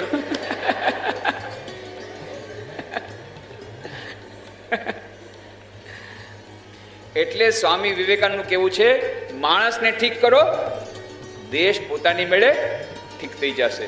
દેશના નેતાઓનું, દેશના અફસરોનું, દેશના વેપારીઓનું, દેશના શિક્ષકોનું, દેશના વિદ્યાર્થીઓનું ચારિત્ર ઘડતર થશે તો રાષ્ટ્રનું પુનર્નિર્માણ પોતાની મેળે થઈ જશે. અત્યારે આપણા દેશમાં આટલો બધો પૈસો હોવા છતાં પણ આપણો દેશ આગળ નથી વધતો, કારણ કે દેશવાસીઓનું ચરિત્ર નિર્માણ નથી થયું. આપણા નેતાઓ બધા ખાય છે, ભ્રષ્ટાચારી છે, ઓફિસરો ખાય છે, ભ્રષ્ટાચારી છે, બધાય નથી, પણ એ થોડાક લોકોને કારણે આખો દેશ ભોગવાય છે અને એ કારણે આપણો દેશ આગળ નથી વધતો. એટલે સ્વામી વિવેકાનંદે કહ્યું, પહેલા દેશવાસીઓનું ચરિત્ર નિર્માણ કરો અને પછી દેશનું પુનર્નિર્માણ પોતાની મેળે થશે. હવે જો આપણે કોઈ પણ ચરિત્રને મજબૂત તો કરવું પડે, તો એના માટે શું કરવું પડે? તો મકાનને આપણે મજબૂત બનાવવું હોય તો શું કરવું પડે? ચરિત્રનું નિર્માણ આપણે કરવું છે તો મકાનનું નિર્માણ કરવું હોય તો શું કરવું પડે? પાયો મજબૂત નાખવો પડે. હમણાં અમે લોકો ભૂકંપ પુનર્વાસ યોજના કરી, તમને કીધું મેં. તો અમે લોકો શું કર્યું? અમે લોકો કહ્યું કે અમારે એવા મકાન બનાવવા છે કે ગમે એવો ભૂકંપ આવે તો એને નષ્ટ ન થાય. એટલે અમારા એન્જિનિયર મળીને ડિઝાઇન બનાવી અને કોઈ પાયામાં એ લોકોએ લોખંડ અને સિમેન્ટ નાખ્યા અને ટાઈ બીમ આપ્યા. એનાથી અમારે પૈસા વધારે લઈ ગયા. અમે કીધું કાંઈ વાંધો નહીં, ભલે પૈસો ખર્ચો વધારે થાય, પણ અમારે એવા મકાન જોઈએ તે ગમે એવો ધરતીકંપ આવે તો એને નુકસાન ન થાય. એટલા માટે અમારે પાયો મજબૂત કરવો પડ્યો. જો તમારે મકાન બનાવવું હોય મજબૂત તો એનો પાયો મજબૂત હોવો જોઈએ. એવી રીતે ચરિત્ર નિર્માણ તમારે જોરદાર કરવું હોય તો ચરિત્રનો પાયો મજબૂત હોવો જોઈએ. અચ્છા, હવે એક પ્રશ્ન તમે જવાબ આપો. આ મકાનનો પાયો મજબૂત તો હોવો જોઈએ, એક પાયો ક્યારે નાખવો જોઈએ? મકાન બનાવ્યા પહેલા કે મકાન બનાવ્યા પછી? તો એવી રીતે ચરિત્ર નિર્માણનો પાયો ક્યારે નાખવો જોઈએ? વિદ્યાર્થી અવસ્થામાં કે વૃદ્ધાવસ્થામાં? તો પછી તમે કેમ કહો છો હમણાં અમે લોકો ધ્યાન નહીં કરીએ, હમણાં અમે લોકો પ્રાર્થના નહીં કરીએ, હમણાં અમે લોકો સ્વામી વિવેકાનંદની ચોપડી નહીં વાંચીએ, હમણાં અમે ટીવી જોશું, ખૂબ મજા કરશું? તો આ બધું ક્યારે કરશો? જ્યારે ડોસા ડોસી બની જશું, દાંત નહીં હોય, લાકડીને સારે ચાલશું, ત્યારે અમે ચરિત્ર નિર્માણ કરશું. થશે ચરિત્ર નિર્માણ? તો ચરિત્ર નિર્માણના પાયા ક્યારે નાખવાના છે? વિદ્યાર્થી અવસ્થામાં. અને ચરિત્ર નિર્માણ કેવી રીતે થાય? એના માટે દરરોજ પ્રાર્થના કરવી પડે, દરરોજ ધ્યાન કરવું પડે, સારા સારા પુસ્તકો વાંચવા પડે, સત્સંગ કરવો પડે. ઘણા લોકો કહે છે રિટાયરમેન્ટ પછી કરશું, બધું રિટાયરમેન્ટ પછી, બધું વૃદ્ધાવસ્થામાં કરશું. વૃદ્ધાવસ્થામાં નહીં થાય. જોયું ને, ડોસીમાં જાય, હવેલીમાં જાય, મંદિરમાં જાય, શું કરે? એક દૂરબીનથી 1 મિનિટ માટે લાલાજીના દર્શન કરે, ભગવાનના દર્શન કરે, ઠાકોરજીના, અને પછી 1.5 કલાક ઓટા ઉપર બેસીને ચોટ કરે. ઓલી કેમ પાછી આવી, ઓલીનું કેમ તૂટી ગયું, ઓલાનું આમ શું કેમ થઈ ગયું, કેટલી જાતની પંચા. 1.5 કલાક, 1 મિનિટ ભગવાનના દર્શન કરે. કેમ? આખી જિંદગી જ કર્યું છે. હવે વૃદ્ધાવસ્થામાં ચરિત્ર બદલાય? જો નાનપણથી કોઈ સરસ રીતે ધર્મમાં માને તો જ આગળ જઈને ધર્મનું આચરણ કરી શકે. નાનપણથી જો કોઈ ધ્યાન કરતું હોય તો જ પછી એને ધ્યાન ભવિષ્યમાં જામે. એટલા માટે ચરિત્ર નિર્માણનો પાયો ક્યારે નાખવો જોઈએ? વિદ્યાર્થી અવસ્થામાં કે વૃદ્ધાવસ્થામાં? તો તમે લોકો વિદ્યાર્થી છો એટલે આજથી તમારે શરૂ કરવાનું. કરશો ને? કાલથી કે આજથી? કાલ કરે સો આજ કર, આજ કરે સો અબ, પલમાં પરલે હોયગી બહોરી કરેગો કબ. છે ને? તુલસીદાસજીની વાત છે. અને અપોઝિટ પાર્ટી શું કહે છે? આજ કરે સો કાલ કર, કાલ કરે સો પરસો, ઇતની ક્યા હે પ્યારે જબ જીના હે બરસો. તો તમે કઈ પાર્ટીમાં છો? તુલસીદાસજી કે અપોઝિટ પાર્ટી? તો કાલ કરે સો આજ. એટલે આજથી તમારે ચરિત્ર નિર્માણનો પાયો નાખવાનું શરૂ કરી દેવાનું. શું શું કરવાનું? દરરોજ નિયમિત પ્રાર્થના કરવાની, દરરોજ થોડું થોડું ધ્યાન કરવાનું. તમને હું ધ્યાન શીખવાડી દઈશ. જો તમને ઈચ્છા હોય તો તમને ધ્યાન શીખવાડીશ. આપણે સાથે ધ્યાન કરશું જો ટાઈમ મળશે ને, તમારી ઈચ્છા હશે તો. દરરોજ ધ્યાન કરવાનું, દરરોજ પ્રાર્થના કરવાની, દરરોજ એવા પુસ્તકો વાંચવાના જેનાથી શક્તિ મળે, પોઝિટિવ થોટ્સ આવે, આપણું જીવન નિર્માણ થાય એવા સારા સારા પુસ્તકો વાંચવાના. અને સેવા સૌથી મોટું આપણા જીવનમાં ચરિત્ર નિર્માણ માટે ઉપયોગી વસ્તુ છે બીજાની સેવા. નિસ્વાર્થ સેવા કરવાથી મનમાં શાંતિ આવશે, મનમાં શક્તિ આવશે, આપણું ચરિત્ર નિર્માણ થશે. દેશની વધારે સેવા નહીં કરી શકો તો કમસે કમ ઘરથી શરૂઆત કરો. વૃદ્ધ માતા પિતાની સેવાથી શરૂઆત કરો, દાદા દાદીની સેવાથી શરૂઆત કરો, નાના ભાઈ બહેનની સેવા કરો અને ધીરે ધીરે પછી દેશની સેવા કરો. આવી રીતે સેવા દ્વારા, પ્રાર્થના દ્વારા, ધ્યાન દ્વારા, સત્સંગ દ્વારા અને સદગ્રંથોના અધ્યયન દ્વારા આપણે જો ચરિત્ર નિર્માણના પાયા અત્યારે મજબૂત કરશું તો બિલ્ડિંગ મજબૂત બનશે, આપણું જીવન મહાન બનશે. અને જો આપણા ભારતના દેશવાસીઓ બધા મહાન બનશે તો ભારત મહાન બનશે, એ વાતમાં કોઈ સંદેહ નથી. તો આપણે જો ભારતને મહાન બનાવવું હશે એની તૈયારી અત્યારથી કરવી પડશે. તો વિદ્યાર્થી અવસ્થામાં આ ચરિત્ર નિર્માણ સૌથી વધારે જરૂર છે. એટલા માટે આ વ્યક્તિત્વ વિકાસ શિબિર આપણે ગોઠવી છે. વ્યક્તિત્વ વિકાસ એટલે સંપૂર્ણ વ્યક્તિત્વ વિકાસ થવો જોઈએ. ઘણી બધી જગ્યાએ વ્યક્તિત્વ વિકાસ શિબિર થાય છે, એ લોકો શું બતાવે ખબર છે? કેવો ડ્રેસ પહેરવો, મેચિંગનો ડ્રેસ કેવી રીતે પહેરવો, કેવી હેર સ્ટાઇલ રાખવી, હા, આ બધું બતાવે. અને ભૌતિક રીતે કેવી રીતે તમારે બીજા ઉપર કેવી રીતે ઇમ્પ્રેશન નાખવું, બીજાને ઇમ્પ્રેસ કેવી રીતે કરવા, આકર્ષિત કેવી રીતે કરવા, અને કેવી રીતે બોલવું, hello, how are you, hi, thank you, આ કેવી રીતે બોલવું. બસ આ વ્યક્તિત્વ વિકાસ શિબિર થઈ ગઈ ના. આ તો છે માત્ર બાહ્ય વ્યક્તિત્વ, પણ આપણે અંતરનું વ્યક્તિત્વ પણ વિકસાવવાનું છે. એ સાચું વ્યક્તિત્વ છે. શરીરનો વિકાસ થવો જોઈએ, શરીર સુંદર હોવું જોઈએ, શરીર મજબૂત હોવું જોઈએ, જરૂર હોવું જોઈએ. પણ માત્ર શરીર તો મજબૂત હોય, એક છોકરો એકદમ પહેલવાન જેવો દેખાય છે, ઓ પહેલવાન, લાંબો, ઊંચો, 6.5 ફીટ ઊંચો, એકદમ જોરદાર દેખાવમાં, અને આવડા મોટા મોટા મસલ્સ બધું છે, પહેલવાન જેવો. પરંતુ 10મા ધોરણમાં 10 વાર ફેલ થાય, 12મા ધોરણમાં 12 વાર ફેલ થાય. તો તમે કહેશો ને વ્યક્તિત્વ વિકાસ થઈ ગયો? હા કે ના? હા કે ના? એટલા માટે ફક્ત શરીરનો વિકાસ બરાબર નથી, બુદ્ધિનો પણ વિકાસ હોવો જોઈએ. અચ્છા, બુદ્ધિનો પણ વિકાસ થઈ ગયો. એ એક છોકરી હતી, MSc gold medallist, MSc first class, આવીને મને કહે છે હું આત્મહત્યા કરીશ. નાનકડી સમસ્યા આવી ગઈ, હું આત્મહત્યા કરીશ. એક થોડી સમસ્યા આવી ગઈ અને ગભરાઈ જાય નહીં. મન પણ મજબૂત હોવું જોઈએ, વિલ પાવર ડેવલપ કરવો જોઈએ, મનમાં શક્તિશાળી હોવી જોઈએ, મન શક્તિશાળી હોવું જોઈએ. ગમે એવી સમસ્યા આવે એને સામનો કરવાની તાકાત હોવી જોઈએ. તો માનસિક વિકાસ પણ હોવો જોઈએ. તો શારીરિક વિકાસ, બૌદ્ધિક વિકાસ અને માનસિક વિકાસ. અને હજી એક વિકાસ હોવો જોઈએ. કયો વિકાસ? નૈતિક અને આધ્યાત્મિક વિકાસ. અને એ જો નહીં થાય તો શું બની જશો તમે? જો નૈતિક અને આધ્યાત્મિક વિકાસ નહીં થાય, બુદ્ધિ તો બड़ी જોરદાર છે, મન પણ જોરદાર છે, શરીર પણ જોરદાર છે, તો તમે શું બની જશો? રાવણ, કુંભકર્ણ, હા, હિટલર, મુસોલિની, આ બધા જોરદાર હતા. જોરદાર, ફિઝિકલી જોરદાર, વિલ પાવર કેવો સરસ હતો, બુદ્ધિ કેવી તેજ.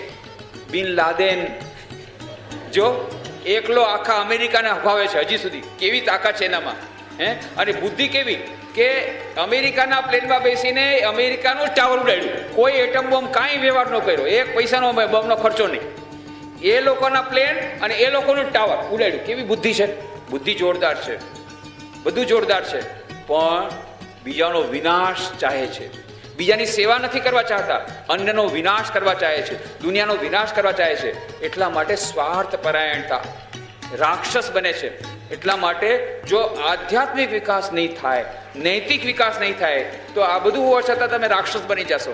એટલા માટે શારીરિક વિકાસ, માનસિક વિકાસ, બૌદ્ધિક વિકાસ અને આધ્યાત્મિક વિકાસ બધો હોવો જોઈએ. તો હવે આ બધો કેવી રીતે થાય તેના માટે પંચશીલ હું તમને કહી દઉં છું. એક પુસ્તક છે મારું, લખેલું છે વ્યક્તિત્વ વિકાસ પુસ્તક. એ પુસ્તક તમે વાંચશો, તેમાં બધું મેં આપેલું છે. હું અહીંયા લાઇબ્રેરીમાં દઈને જઈશ, પુસ્તક વાંચજો. પંચશીલ, 5 પ્રકારના ગુણો જો આવે તો સંપૂર્ણ વ્યક્તિત્વનો વિકાસ થઈ જાય. કયા કયા ગુણો? નંબર 1, આત્મશ્રદ્ધા, સેલ્ફ કોન્ફિડન્સ. નંબર 2, આત્મનિર્ભરતા, સેલ્ફ રિલાયન્સ. નંબર 3, આત્મજ્ઞાન, સેલ્ફ નોલેજ. નંબર 4, આત્મસંયમ, સેલ્ફ કંટ્રોલ.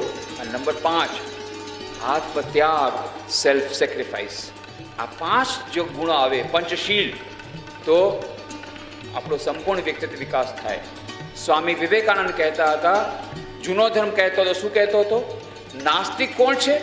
નાસ્તિક એ છે કે જેને ઈશ્વરમાં શ્રદ્ધા નથી. પણ સ્વામી વિવેકાનંદ કહે છે ના, હું કહું છું નાસ્તિક કોણ છે? નાસ્તિક એ છે કે જેની પોતાની જાતમાં શ્રદ્ધા નથી. અને સ્વામી પહેલા પોતાની જાતમાં શ્રદ્ધા રાખો, પોતાનામાં શ્રદ્ધા રાખો. હું અવશ્ય કરી શકીશ, કેમ નહીં કરી શકું, જરૂર કરી શકીશ, આવો આત્મવિશ્વાસ રાખો. અને પછી સ્વામી વિવેકાનંદ કહે છે, તમને આપણા દેશના 33 કરોડ દેવી દેવતામાં શ્રદ્ધા હોય અને પછી ફોરેનથી પાછા ઇમ્પોર્ટ કર્યા છે બધા દેવી દેવતા, એમાંય શ્રદ્ધા હોય, પણ જો પોતાની જાતમાં શ્રદ્ધા નહીં હોય તો તમે નાસ્તિક છો. પેલા પોતાની જાતમાં શ્રદ્ધા રાખો, આત્મવિશ્વાસ. અને બીજી વાત, આત્મનિર્ભર, પોતાના પગ ઉપર ઉભા રહો. કિરણ બેદીનું નામ સાંભળ્યું? કિરણ બેદી સ્વામી વિવેકાનંદ અમારે ત્યાં પોરબંદરમાં આવી હતી અને સ્વામી વિવેકાનંદની પ્રતિમાનું અનાવરણ કર્યું હતું 12 જાન્યુઆરી 1998ના રોજ.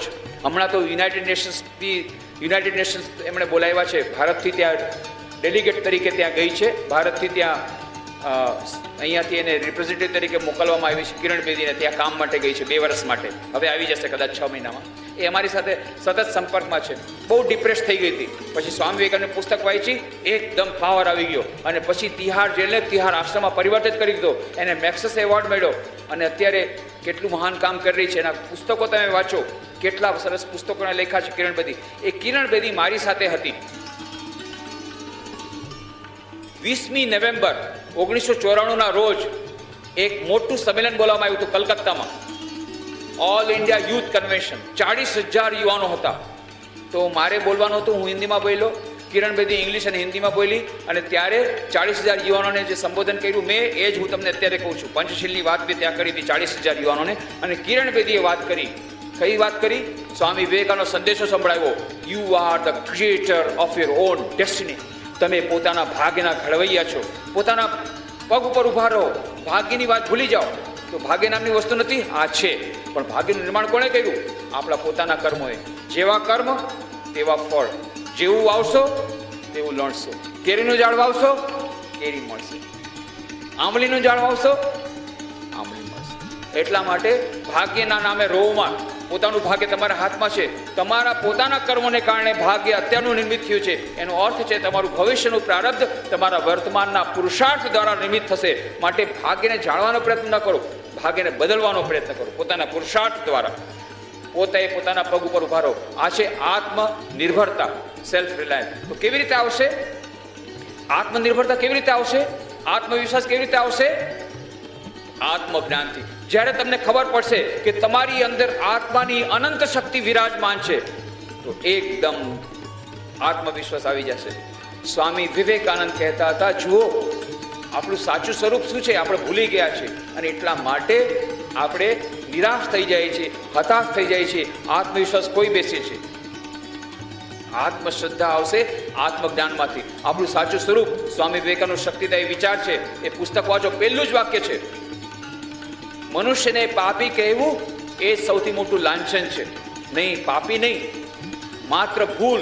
વેદાંત તો ભૂલનો સ્વીકાર કરે છે, પાપનો સ્વીકાર નથી કરતું. અને વેદાંત કહે છે સૌથી મોટી ભૂલ તો તમે ક્યારે કરો છો? જ્યારે તમે કહો છો કે હું પાપી છું. આ જગતમાં કોઈ પાપી નથી. આપણે બસ ભૂલ કરીએ છીએ, પણ આપણે યાદ રાખવું જોઈએ આપણી અંદર દિવ્ય આત્માની અનંત શક્તિ છે. વેદાંતના કહેવા પ્રમાણે દરેકે દરેક પુરુષ અને સ્ત્રીમાં, પુરુષ હોય કે સ્ત્રી હોય, બાળક હોય કે વૃદ્ધ હોય, ગરીબ હોય કે તવંગર હોય, ઉચ્ચ જાતિના હોય, નિમ્ન જાતિના હોય, ગરીબ હોય પૈસાવાળા, દરેકની અંદર આત્મા છે. અને એ આત્મામાં અનંત શક્તિ રહેલી છે. અને એ શક્તિ દરેકે દરેકમાં છે. એ શક્તિને યાદ રાખો, આત્મવિશ્વાસ આવી જશે. દિવ્યતા સુપ્તપણે રહેલી છે. સ્વામી વિવેકાનંદ કહે છે, વેદાંતનો સંદેશો સમજાવે છે અને કહે છે દરેક વ્યક્તિમાં દિવ્યતા સુપ્તપણે રહેલી છે, પણ આપણે ભૂલી ગયા છે. અને એટલા માટે વાર્તા કહેતા હતા સ્વામી વિવેકાનંદ. બહુ સુંદર વાર્તા છે. આ એક વાર્તા તમે યાદ રાખશો, ક્યારેય તમને નિરાશા નહીં આવે, ક્યારેય તમને હતાશા નહીં આવે. આત્મવિશ્વાસ તમારો ખોવાશે નહીં. તમે પરીક્ષામાં બેઠા હશો અને નર્વસ થઈ જશો, તરત જ આ વાર્તા યાદ રાખજો, તો એકદમ તમારો ડર બધો ચાલ્યો જશે. એ વાર્તા સાંભળી છે? વાર્તા કે નથી સાંભળવી? સાંભળવી છે. બસ આ એક જ વાર્તા યાદ રાખવાથી તમારા આખા જિંદગીમાં ક્યારેય નિરાશા અને હતાશા નહીં આવે. बहुत पैसा कमाऊंगा, उसके बाद अरे जब पैसा आ गया तो मजा ही मजा है, मजा ही मजा है, मजा ही मजा है. अच्छा तुम तो पैसा कमाओगे, मजा करोगे, देश का क्या होगा? देश है भाड़ में, मैं तो अपना कैरियर डेवलप करूंगा. और समाज का क्या होगा? समाज है भाड़ में, मैं तो अपना कैरियर डेवलप करूंगा. પછી હું કહું, અચ્છા ભાઈ ઇધર આના, एक बात मेरे को बोलो, यदि तुम्हारा समाज भाड़ में जाएगा और तुम्हारा देश भाड़ में जाएगा तो तुम कहाँ जाओगे? तुम भी भाड़ में जाओगे। तो कम से कम अपने आप को बचाने के लिए तो देश को बचाओ। आ बात આપણે સમજતા નથી કે આપણા દેશનું જો સર્વનાશ થશે, આપણે દેશવાસી છે, આપણો સર્વનાશ થશે, એ આપણે ભૂલી જાય છે। એટલા માટે આપણે પોતાના કલ્યાણ માટે પણ આપણે દેશની થોડી સેવા કરવી જોઈએ। તો તમે ખૂબ આગળ વધો, પૈસા કમાઓ, મજા કરો, પણ દેશનું નુકસાન કરીને નહીં, દેશની થોડીક સેવા જેટલી બની શકે એટલી કરો। આનું નામ છે આત્મત્યાગ। સ્વાર્થ પરાયણતાનો ત્યાગ કરો। ખૂબ બધા સ્વાર્થી ન બનો। વધારે સ્વાર્થી બને એનું નામ શું છે? સવારના થોડી વાર પહેલા કીધું ને, જે સ્વાર્થ પરાયણ હોય એનું નામ શું? રાક્ષસ। માનુષ રાક્ષસા, માનુષ રાક્ષસ ન બનો। સત્પુરુષ ન બની શકો તો કમસે કમ સામાન્ય મનુષ્ય બનો, પણ માનુષ રાક્ષસ ન બનો। તો આવી રીતે આ પંચશીલનો આપણા જીવનમાં જો આપણે અવલંબન કરશું તો એના દ્વારા સંપૂર્ણ વ્યક્તિત્વ વિકાસ થશે, ચારિત્ર નિર્માણ થશે। આપણું ચારિત્ર નિર્માણ થશે તો દેશનું પુણ્ય નિર્માણ થશે, ભારત આગળ વધશે, આપણો દેશ આગળ વધશે, આખા વિશ્વમાં પહેલા નંબરનો દેશ થઈ જશે। એટલા માટે આજે આપણે જે વાતો કરી એ બધી તમે લોકો ખૂબ સારી રીતે પોતાના મનમાં રાખજો। અને બીજી જે વાત કરી છે આમાં જે થોડા પ્રશ્નો છે, મનને કેવી રીતે કાબૂમાં રાખવું, ગુસ્સાને કેવી રીતે કાબૂમાં રાખવું, આ બધા જે પ્રશ્નો છે, મન તેનો નિગ્રહ એક બહુ સુંદર પુસ્તક તમને મળશે। એમાં વિસ્તારથી કીધું છે કે મનનો કાબુ કેવી રીતે કરવામાં આવે, ઈચ્છા શક્તિ તેનો નિગ્રહ, ઈચ્છા શક્તિ અને તેનું નિયંત્રણ, એના વિશે પણ એક બહુ સુંદર પુસ્તક છે। ઈચ્છા શક્તિ, વિલ પાવર ડેવલપ થશે। અને ગુસ્સો જે કંટ્રોલમાં જે વાત કરો છો, ગુસ્સો ઘણા બધાને આવે છે, આપણને બધાને ખબર છે કે ગુસ્સો ન કરવો જોઈએ, પણ ગુસ્સો પોતાની મેળે આવી જાય છે। તો શા માટે આવે છે, ક્યારે આવે છે, એ તમે વિશ્લેષણ કરો તો ખબર પડશે। ક્યારે ગુસ્સો આવે છે ખબર છે? મારું ધાર્યું ન થયું એટલે ગુસ્સો આવે છે। મેં કીધું તું એમ કેમ ન કર્યું, બસ ગુસ્સો આવે છે। મેં એટલે અહંકાર જો આપણો વધશે તો ગુસ્સો આવશે। અહંકારને ઓછો કરો અને આપણી ઈચ્છા પ્રમાણે ધાર્યું ધણીનું થશે। આપણી ઈચ્છા પ્રમાણે બધી વાતો નહીં થાય એટલે સ્વીકારતા શીખો। ઘણી બધી પરિસ્થિતિમાં સ્વીકારવું પડે। તો તમને બધાને મળીને મારો બહુ આનંદ થયો, કારણ કે હવે આપણો સમય થઈ ગયો છે અને તમારે પણ ઘરે જવાની બહુ ઉતાવળ છે, મને ખબર છે। તો બીજા તમારે કોઈ પ્રશ્નો હોય, આ કાર્યક્રમ પૂરો થઈ જાય પછી તમે મને પૂછી શકો છો। હું અહીંયા જ રહીશ થોડી વાર માટે। અને તેમ છતાં જો તમને સમય ન હોય, આજે જવાનું હોય તો મને પત્ર દ્વારા પ્રશ્ન પૂછી શકો છો।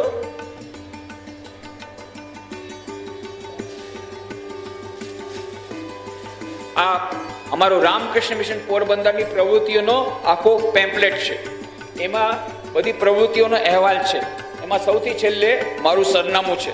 તો આ સરનામે તમે પત્ર લખશો, આ નોટિસ બોર્ડમાં લાગી જશે।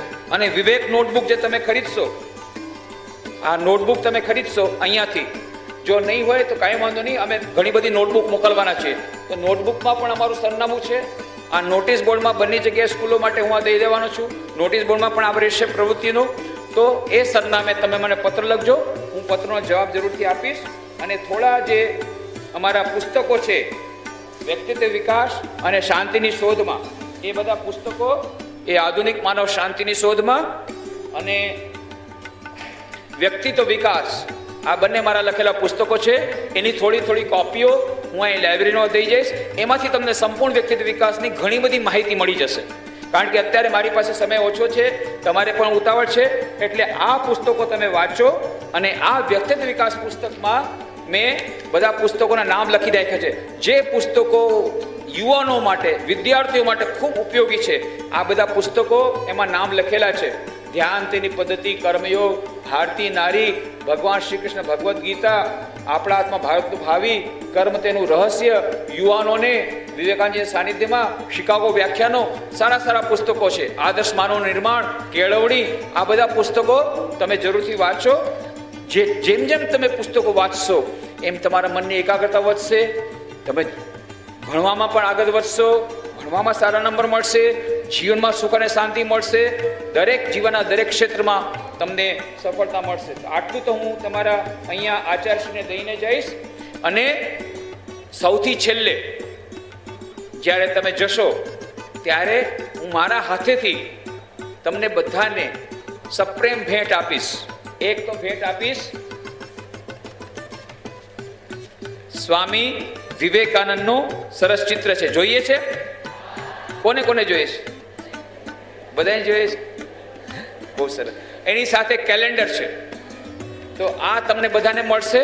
અને એક પુસ્તકોનો સેટ મળશે. બહુ સરસ પુસ્તકો છે. નાના નાના પુસ્તકો છે. નાના એટલા માટે આપ્યા કે મોટા તમે વાંચશો નહીં, મને ખબર છે. હમણાં તમે લોકો બહુ બધા વીઆઈપી છો, મને ખબર છે. બધા વિદ્યાર્થીને પુસ્તક આપું, પછી 1 મહિના પછી પૂછું, હે ભાઈ પુસ્તક વાંચ્યું? તો સાબજી ટાઈમ ક્યાં છે? સમય નથી. કોઈની પાસે સમય નથી. તમારી પાસે સમય છે? નથી. છે? ચોપડી વાંચવાનો સમય છે? જુઓ, તમને એક વાત કહી દઉં. જે લોકો મને કે સમય નથી, તો એ લોકોનું એમ જ કહું કે કોઈને પણ 24 કલાકથી ઓછા મળતા હોય તો બોલો. બધાને 24 કલાક મળે છે? કે કોઈને ઓછું મળતા હોય તો બોલો. દરેકના એકાઉન્ટમાં સવારના પોરમાં 86,400 સેકન્ડ જમા થાય છે ને? 24 કલાક 86,400 સેકન્ડ જમા થાય. એ સેકન્ડમાંથી જેટલી સેકન્ડ તમે સદુપયોગ કરો એટલી તમારી, અને બાકી ગઈ પછી કેરી ફોરવર્ડ ન થાય. બીજે દિવસે પાછી તમને 86,400 સેકન્ડ તમારા એકાઉન્ટમાં જમા થાય. તો તમારે શું કરવું જોઈએ? દરેક સેકન્ડનો સદુપયોગ કરવો જોઈએ. તો 86,400 સેકન્ડમાંથી હું તમને એમ નથી કહેતો કે તમે બધો સમય મને આપી દો. હું તો એટલું જ કહું છું કે 99% ટાઈમ તમારો, 1% મારો. 99% તમારો, 1% મારો. ચાલશે કે નહીં? 1% આપી શકો? 1% સાહેબ ન આપી શકો? આપી શકો કે નહીં? તો 86,400 એને 100 થી ભાગી દો, 864 સેકન્ડ, એટલે કે 14.5 મિનિટ. 15 મિનિટ નથી થતી. 14.5 મિનિટ આપી શકશો તમે બધા? 14.5 મિનિટ કોણ આપશે? 14.5 મિનિટની ભિક્ષા મને કોણ આપશે દરરોજ? 14.5 મિનિટ. બહુ સરસ. હવે જો કરવાનું શું છે હું કહી દઉં. કરવાનું શું છે પહેલા સાંભળી લ્યો. દરરોજ સવારના ઉઠીને 1 મિનિટ પ્રાર્થના અને 1 મિનિટ ધ્યાન, અને રાતના સૂતી વખતે 1 મિનિટ પ્રાર્થના, 1 મિનિટ ધ્યાન. કેટલી મિનિટ થઈ? 4. અને દરરોજ સવારના 5 મિનિટ સારા પુસ્તકો વાંચવાના. રાતના સૂતી વખતે પાછા 5 મિનિટ સારા પુસ્તકો વાંચવાના. સ્વામી વિવેકાનંદ, મહાસાદેવી, મહાત્મા ગાંધી, ગીતા, જે પુસ્તકથી તમને શક્તિ આવતી હોય. તો કેટલી મિનિટ ગઈ? 14 મિનિટ. કેટલી બચી? એ અડધી મિનિટ શું કરવાનું? અડધી મિનિટ માટે CID ઓફિસર બની જાઓ. હા, હું તો આવવાનો નથી ત્યાંથી પોરબંદરથી દરરોજ જોવા માટે કે ભાઈ તમે 14.5 મિનિટની ભિક્ષા આપી કે નહીં. એટલે તમારે દરરોજ રાતના ડાયરી લખવાની, આજે સ્વામીજીને 14.5 મિનિટની ભિક્ષા આપી કે નહીં? બરાબર. આજે 1 મિનિટ પ્રાર્થના કરી કે નહીં? સવારના ધ્યાન કર્યું કે નહીં? સ્વામી વિવેકાનંદની ચોપડી વાંચી કે નહીં? ભણવા એકાગ્રતાપૂર્વક ભણ્યા કે નહીં? આત્મનિરીક્ષણ માટે, ડાયરી લખવા માટે, આત્મવિશ્લેષણ કરવા માટે અડધી મિનિટ, 14.5 મિનિટ આપી શકશો? જો હું તમને કહું છું, ગેરંટી દઈને કહું છું, જો તમે દરરોજ 14.5 મિનિટ ઓછામાં ઓછી, વધારે આપશો તો વધારે ફળ મળશે, પણ 14.5 મિનિટની ભિક્ષા તમે મને આપશો, દરરોજ આવી રીતે થોડી પ્રાર્થના કરશો, દરરોજ તમે આવી સરસ ચોપડીઓ વાંચશો અને એકાગ્રતાપૂર્વક ભણશો, તો તમને પરીક્ષામાં અવશ્ય સારા નંબર મળશે, પરીક્ષામાં સફળતા મળશે. જો આ બધા શિક્ષકો બેઠા છે, હું તમને ગેરંટી દઈને કહું છું, જો આ લોકો આ નોટબુક પ્રમાણે ભણશે તો DO તમને કહેશે કે લાલપુરમાં કાંઈ જાદુ થયો, બધા પાસ કેમ થઈ ગયા? નહીં તો 34% જ પાસ થાય, બાકીના ફેલ થાય. આ બધા કેમ પાસ થઈ ગયા? એવી જાતની અવસ્થા આવશે. ગેરંટી દઈને કહું છું, જો સારી રીતે તમે ભણશો તો જરૂરથી તમે બધા પાસ થશો. એટલું જ નહીં, સારા નંબરે પાસ થશો. એટલું જ નહીં, જીવનમાં સુખ અને શાંતિ અને સફળતા મળશે. કેટલા લોકોને સફળતા મળી રહી છે, કેટલા લોકોને પરીક્ષામાં સફળતા મળી રહી છે, પણ નિયમિત રીતે ઉઠવાનું નક્કી, સુવાનું ટાઈમ નક્કી, ભણવાનો ટાઈમ નક્કી, તો એકાગ્રતા નક્કી આવશે. આવી રીતે નિયમિત જીવન તમે જીવો તો તમને બધાને મળીને ખૂબ આનંદ થયો. અને જેમ મેં વાત કરી, ઘણી બધી વાતો કહેવાની રહી ગઈ. આપણે ધ્યાન કરવું હતું, પણ ધ્યાનની પદ્ધતિ પણ કેવી હતી, પણ ધ્યાન તેની પદ્ધતિ પુસ્તકમાં તમને બધું મળી જશે. પણ ધ્યાન અત્યારે કરવાનો સમય નથી. પણ 1 મિનિટ તમે ફક્ત તમને સાધારણ તમને એક બતાવી દઉં પ્રકાર ધ્યાન કરવાનો, કે સ્વામી વિવેકાનંદનું આ ધ્યાનનું ચિત્ર છે. આ નોટબુક તમે ખરીદી લેજો અને 1 મિનિટ માટે તમે ઉઘાડી આંખે સ્વામી વિવેકાનંદનું આ ચિત્ર જોજો. 1 મિનિટ માટે ઉઘાડી આંખે, અને પછી 1 મિનિટ આંખ બંધ કરીને એ સ્વામી વિવેકાનંદનું ચિત્ર પોતાના હૃદયમાં જોજો. આટલું તમે કરો, જુઓ, એનાથી તમને એકાગ્રતા, સ્વામી વિવેકાનંદની એકાગ્રતા તમારા મનમાં આવી જશે. સ્વામી વિવેકાનંદની એકાગ્રતા કેટલી બધી હતી. સ્વામી વિવેકાનંદ ઉપર ધ્યાન કરશો 1 મિનિટ, તો સ્વામી વિવેકાનંદની એકાગ્રતા તમારામાં ધીરે ધીરે આવી જશે. દરરોજ સવારના 1 મિનિટ ધ્યાન ઉઘાડી આંખે અને 1 મિનિટ ધ્યાન બંધ આંખે. આટલું તમે કરો. આ તમને સાધારણ વિધિ બતાવી. બાકી ધ્યાન તેની પદ્ધતિમાં તમને બીજી પુસ્તક છે ધ્યાન તેની પદ્ધતિ, એમાં પણ તમને આ બધા ધ્યાનના ઘણા બધા પ્રકારોને બધું મળશે. પ્રાર્થના કરો અને સરસ સત્સંગ કરો અને સારા પુસ્તકો વાંચો અને આવી રીતે નિયમિત રીતે ભણી તમારા ભણવામાં પણ તમે સફળતા મેળવો, જીવનમાં સુખ અને શાંતિ મેળવો. હું ભગવાન શ્રી રામકૃષ્ણ દેવ, મા શારદા દેવી, સ્વામી વિવેકાનંદના ચરણોમાં એવી પ્રાર્થના કરું છું કે તમારા બધા પર એના આશીર્વાદ ઉતરે. ખાસ કરીને અહીંયા જે બેઠા છે અને ખાસ કરીને જે લોકો સ્વામી વિવેકાનંદના પુસ્તકો વાંચશે એના પર વધારે આશીર્વાદ વરસશે. તમારા જીવનમાં સુખ, શાંતિ અને સફળતા આવે એવી જાતની પ્રાર્થના કરું છું. અને છેલ્લે તમને બધાને એક પુસ્તકોનું હું સેટ ભેટ આપીશ. પણ હું એવી આશા રાખું છું કે તમે પુસ્તકો જરૂર વાંચશો, એના તમને જરૂર ફાયદો થશે. અને આ પ્રસંગે અહીંયા સૌથી પહેલાં તો આ વીરચંદ મીઠાલાલ મહેતા, સ્વર્ગસ્થ વીરચંદ મીઠાલાલ મહેતા અને એમના પત્ની શ્રીમતી નવલબેન વીરચંદ મહેતા, એ બંનેની સ્મૃતિમાં આ આપણે કાર્યક્રમ યોજ્યો છે. તો એ બંને દિવંગત આત્માઓને ખૂબ ખૂબ આપણે શ્રદ્ધાંજલિ આપીએ. અને આખો જે વીરચંદ મીઠાલાલ પરિવાર છે, હસમુખભાઈ મહેતા છે, ઘણા બધા લોકો છે, થોડા મુંબઈમાં રહે છે, થોડા યુકેમાં રહે છે, ત્યાં માન્ચેસ્ટરમાં અને થોડા લંડનમાં રહીએ છે. તે બધા પરિવારજનોને હું ખાસ આભાર માનું છું કે એમના કારણે એમણે આ બધું ખાસ તો એમણે ખૂબ ઉત્સાહ બતાવ્યો કે લાલપુર મારું ગામ છે, મારા ગામમાં તમે આવી શિબિર કરો, એટલે આ શિબિર આપણે ગોઠવી શક્યા છીએ.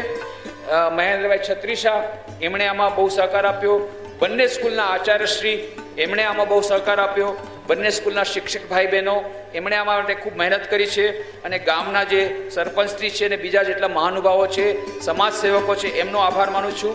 જિનેન્દ્ર ફાઉન્ડેશન યુકે, શ્રી કિશોરભાઈ શાહ ત્યાંના છે, એમણે ખાસ તો આમાં ખાસ રસ લીધો. વારંવાર એમણે કહ્યું કે તમે આવી જાતની શિબિર ગોઠવો, તો એમનો પણ હું આભાર માનું છું. અને સૌથી વધારે મોટો આભાર મારે માનવાનો છે તમારા સૌ વિદ્યાર્થી ભાઈ બહેનોને, કારણ કે વિદ્યાર્થી શિબિર છે, વિદ્યાર્થી વગર વિદ્યાર્થી શિબિર થાય નહીં. એટલે સૌથી વધારે આભાર હું તમારો માનું છું. અને અમારા રામકૃષ્ણ મિશન પોરબંદર તરફથી અને આ મહેતા પરિવાર તરફથી જે અમને થોડું દાન મળ્યું છે, એમાંથી અમે આ બધું આ કાર્યક્રમ કરી રહ્યા છીએ. તો એ આશ્રમ તરફથી પુસ્તકોનો 2 સેટ હું ભેટ લાવ્યો છું અને 2 સેટના ફોટા ભેટ લાવ્યો છું. તો હું વિનંતી કરીશ કે બંને સ્કૂલના સૌથી પહેલાં એ ભાઈઓની સ્કૂલ જે છે એ વિદ્યાર્થીઓના જે સ્કૂલ છે એ સ્કૂલના આચાર્યશ્રી આવશે અને આ પુસ્તકોનો સેટ ભેટ હું એમને પ્રદાન કરીશ, એ ગ્રહણ કરશે.